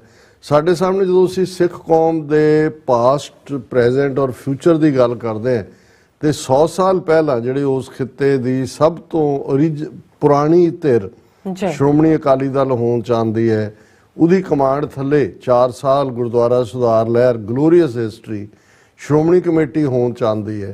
और श्रोमणी कमेटी जिहदे थले जिहड़ा किन्ने इतिहासक गुरुद्वारे उन्हां दा बजट 1400 करोड़ तक दा पहुँचना और इंस्टीट्यूशनस अकाल तखत और वो सारे नाल ਜਦੋਂ ਅਸੀਂ ਉਹਦਾ ਡਿਕਲਾਈਨ ਦੇਖਦੇ ਹਾਂ ਕਿ ਕਿਸ ਹੱਦ ਤੱਕ ਇਹ ਡੀਜਨਰੇਟ ਹੋ ਚੁੱਕੇ ਨੇ, ਫਿਰ ਜਿਹੜੇ ਲੋਕ ਬਿਠਾਏ ਹੋਏ ਨੇ, ਕੋਈ ਵਿਰਸਾ ਵਲਟੋਆ ਉਹਦਾ ਸਪੋਕਸਮੈਨ ਬਣਿਆ, ਕੋਈ ਗੁਰਚਰਨ ਗਰੇਵਾਲ ਬੋਲ ਰਿਹਾ ਹੁੰਦਾ, ਕੁਝ ਹੋਰ ਨਹੀਂ ਹੁੰਦਾ, ਤੇ ਫਿਰ ਉਹ ਹਰਜਿੰਦਰ ਸਿੰਘ ਧਾਮੀ ਜਿਹਨੂੰ ਜਿਹੜਾ ਜਦੋਂ ਬੋਲ ਰਿਹਾ ਹੁੰਦਾ ਤਾਂ ਮੈਨੂੰ ਬਹੁਤ ਵਾਰ ਲੱਗਦਾ ਯਾਰ ਇਸ ਅਨਪੜ੍ਹ ਤੋਂ, ਹਾਲਾਂਕਿ ਕਹਿਣ ਨੂੰ ਧਾਮੀ ਐਡਵੋਕੇਟ ਕਹਿੰਦਾ, ਪਤਾ ਨਹੀਂ ਕਿਹੜੀ ਐਡਵੋਕੇਸੀ ਕਰਦੇ ਰਹੇ ਨੇ, ਲੇਕਿਨ जिन्हां फजूल मुद्दों के उत्ते खड़ा किया हुंदा है। एक पासे आम सिख तो इस गल तो ही जिहड़ा दुखी हो जाता है कि जी मर्यादा भंग हो गई, वो गऊआं वाला साध अंदर लिआंदा, वो सेंट उत्थे छिड़कदा रहा, कीर्तन सुणदिआं नूं उठाता, उन्हां दा तां बहुतिआं दा यही है जी मर्यादा अप एंड होना भी बनदा है कि भी ईवन तुसीं नॉर्मल धार्मिक मर्यादा भी जिहदी जिम्मेवारी है जिहदा तुहानूं उहनूं भी वायोलेट कर रहे हो। तो सियासी तौर पर तुसीं देखो जी पहलां सी जी असीं पटीशन किन्ने लख दस्खत सियासी कैदियों की रिहाई, जिहड़े बंदी सिंघां की रिहाई, तुहानूं मुड़ के कोई नज़र नहीं। और हालात इन्हां दे इस कदर डी-जनरेशन दे ने कि DC अमृतसर जिहड़ा वो घंटियां बधी इन्हां नूं मिलण दा टाइम नहीं दिंदा, गवर्नर पंजाब जां दिल्ली दी मिनिस्ट्री। हुण तरलियां दा लैवल कित्थे, वो कौम जिहड़ी 172-73 साल पहलां सॉवरन कौम सी, कित्थे वो पार्टी अकाली दल श्रोमणी कमेटी जिहड़ी 1947 दी negotiation for transfer of power वेले तीसरी धिर सी, अज सिर्फ तो सिर्फ यही काम रह गया कि जी किहड़ी फिल्म जिहड़ी है वो सिक्खी सिद्धांतां मुताबक है नहीं है, PTC चलना है, अपना असी चैनल शुरू किया है, हुण श्रोमणी कमेटी का मतलब उस डिबेट तो हुण जिहड़ी डिबेट अज पिछले 2 दिनों तो और सानू भी एक दो ने लिखिया है कि जिहदे ते मैनूं वैसे अफसोस भी हुंदा कई वारी अपने भी जिहड़े लिखण वाले ने कि जी देखो दरबार साहब दा मॉडल ये गिफ्ट कीता सी जदों मोदी आया, हुण जिहड़ी उन्हां दी सरकार ने union ministry of state and culture ने कहा कि जी उन्हां जिन्हां चीज़ां दी नीलामी की जानी है 31 अक्तूबर तक ऑक्शन, उन्हां दे विच दरबार साहब दा रिप्लाई है, स्टैचू है लॉर्ड लक्ष्मी नारायण विठल दा, ब्रास स्टैचू है लॉर्ड राम दा, सीता दा, लक्ष्मण दा, हनुमान दा, राम दरबार दा ते सोविनियर जेरूशलम ते दूसरियां आइटमां ये ऑक्शन कीतियां जाणियां। ਔਰ ਸਿੱਖਾਂ 'ਚ ਤੁਸੀਂ ਦੇਖੋ ਜਿਨ੍ਹਾਂ ਨੂੰ ਕੋਈ ਇਸ ਗੱਲ ਦਾ ਅਹਿਸਾਸ ਇੱਕ ਵੱਡੇ ਤਬਕੇ ਨੂੰ ਨਹੀਂ ਹੈ ਕਿ ਸਾਡੇ ਨਾਲ ਸਲੂਕ ਕੀ ਹੋ ਰਿਹਾ ਹੈ। ਬਿਲਕੁਲ ਭਾਈ ਅੰਮ੍ਰਿਤਪਾਲ ਸਿੰਘ ਉਹਨਾਂ ਦੇ ਸਾਥੀ 8-9 ਮਹੀਨੇ ਤੋਂ ਉਹ 2900 ਕਿਲੋਮੀਟਰ ਦੂਰ ਅੰਦਰ ਤਾੜੇ ਹੋਏ ਨੇ। ਪੰਜਾਬ 'ਚ ਜਦੋਂ ਮਰਜ਼ੀ ਆ ਉਹਦੀ ਦਿਨਕਰ ਗੁਪਤੇ ਦੀ ਟੀਮ ਆ ਕੇ ਜਿਹਨੂੰ ਮਰਜ਼ੀ ਨੌਜਵਾਨ ਨੂੰ ਚੁੱਕ ਲੈਂਦੀ ਹੈ। ਅੱਛਾ ਕਿਵੇਂ ਜਿਹੜਾ ਧੱਕਾ ਸ਼ਰੇਆਮ ਦੂਜਾ law and order the situation ਹੈ। ਹੁਣ ਇਸ ਗੱਲ ਤੇ ਲੱਗੇ ਨੇ। ਦੇਖੋ ਜੀ ਜਿਹੜਾ ਦਰਬਾਰ ਸਾਹਿਬ ਦਾ ਮਾਡਲ ਹੈ ਇਹ ਜਿਹੜਾ ਇਹਨੂੰ ਨਹੀਂ ਨਿਲਾਮ ਕਰਨਾ ਚਾਹੀਦਾ। ਪਹਿਲੀ ਗੱਲ ਵੀ ਤੁਹਾਨੂੰ ਇਹ ਕਿਹਨੇ ਕਿਹਾ ਵੀ ਹਰ ਚੌਥੇ ਦਿਨ ਜਿਹੜਾ ਤੁਰਿਆ ਹੁੰਦਾ ਡਰਾਮਾ ਕਰਨ ਨੂੰ ਵੀ ਉਹਨਾਂ ਨੂੰ ਤੁਸੀਂ ਇਹ ਜਿਹੜਾ ਇਸ ਕਿਸਮ ਦੇ ਤੋਹਫੇ ਦਿੰਦੇ ਹੋ। ਬਿਲਕੁਲ ਕਿਤਾਬਾਂ 4 ਦੇ ਦਿਓ ਜਿਹੜਾ ਵੀ ਆਂਦਾ। ਫਿਰ ਦੂਸਰੇ ਪਾਸੇ ਈਡਾ ਔਰ ਉਹਦੇ ਚ ਹੁਣ ਉਹ ਧਾਮੀ ਪ੍ਰੈਸ ਕਾਨਫਰੰਸ ਕਰਕੇ ਕਹਿ ਰਿਹਾ the model of Sachkhand Shri Harmandir Sahib should not be auctioned during the auction of honors and gifts received by PM Modi. This is not an ordinary gift but a symbol of devotion and respect.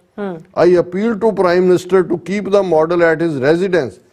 ਇਹ Dhami press conference ਕਰਕੇ ਇਹ ਉਹਨੂੰ ਫਿਕਰ ਪਿਆ ਹੈ।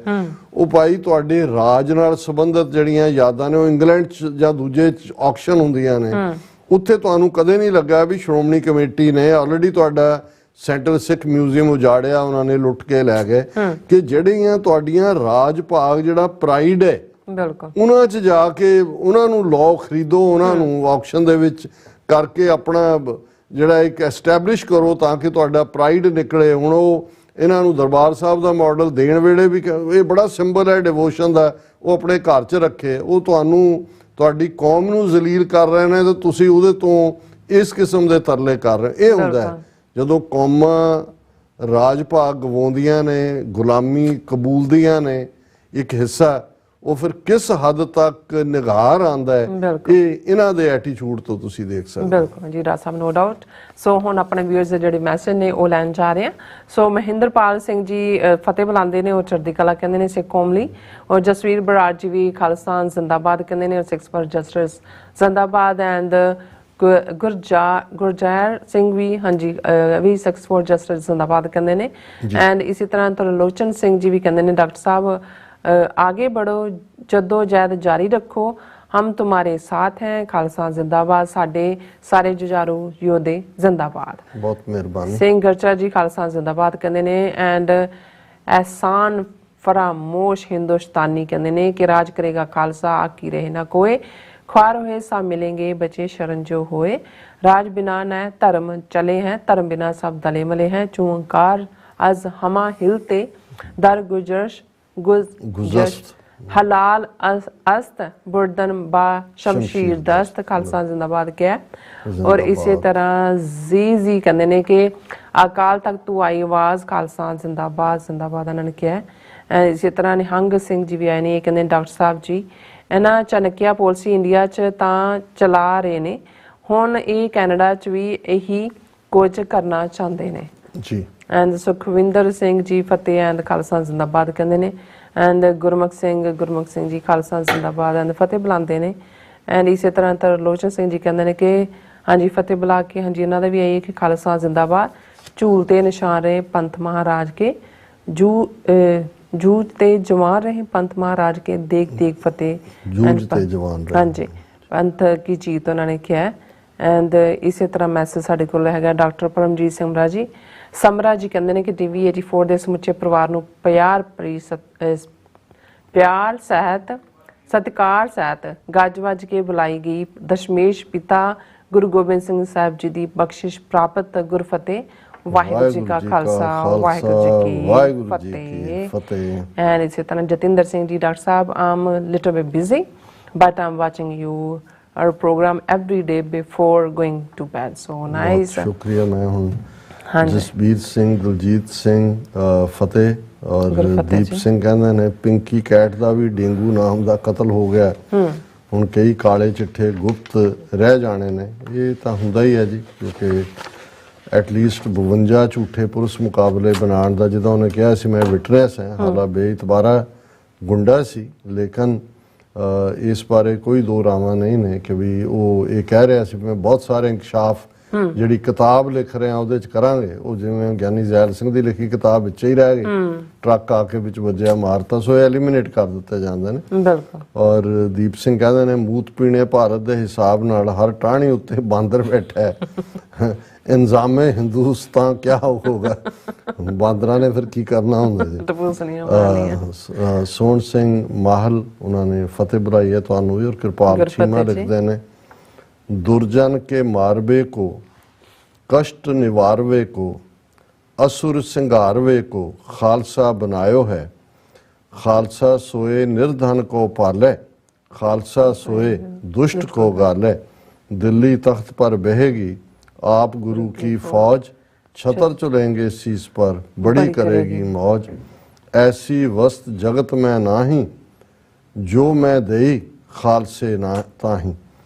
कि खालसे ना ही, ये 10वें पातशाह का फरमान है कि दुनिया च ऐसी कोई चीज़ नहीं है जिहड़ी मैं खालसे नूं ना दित्ती।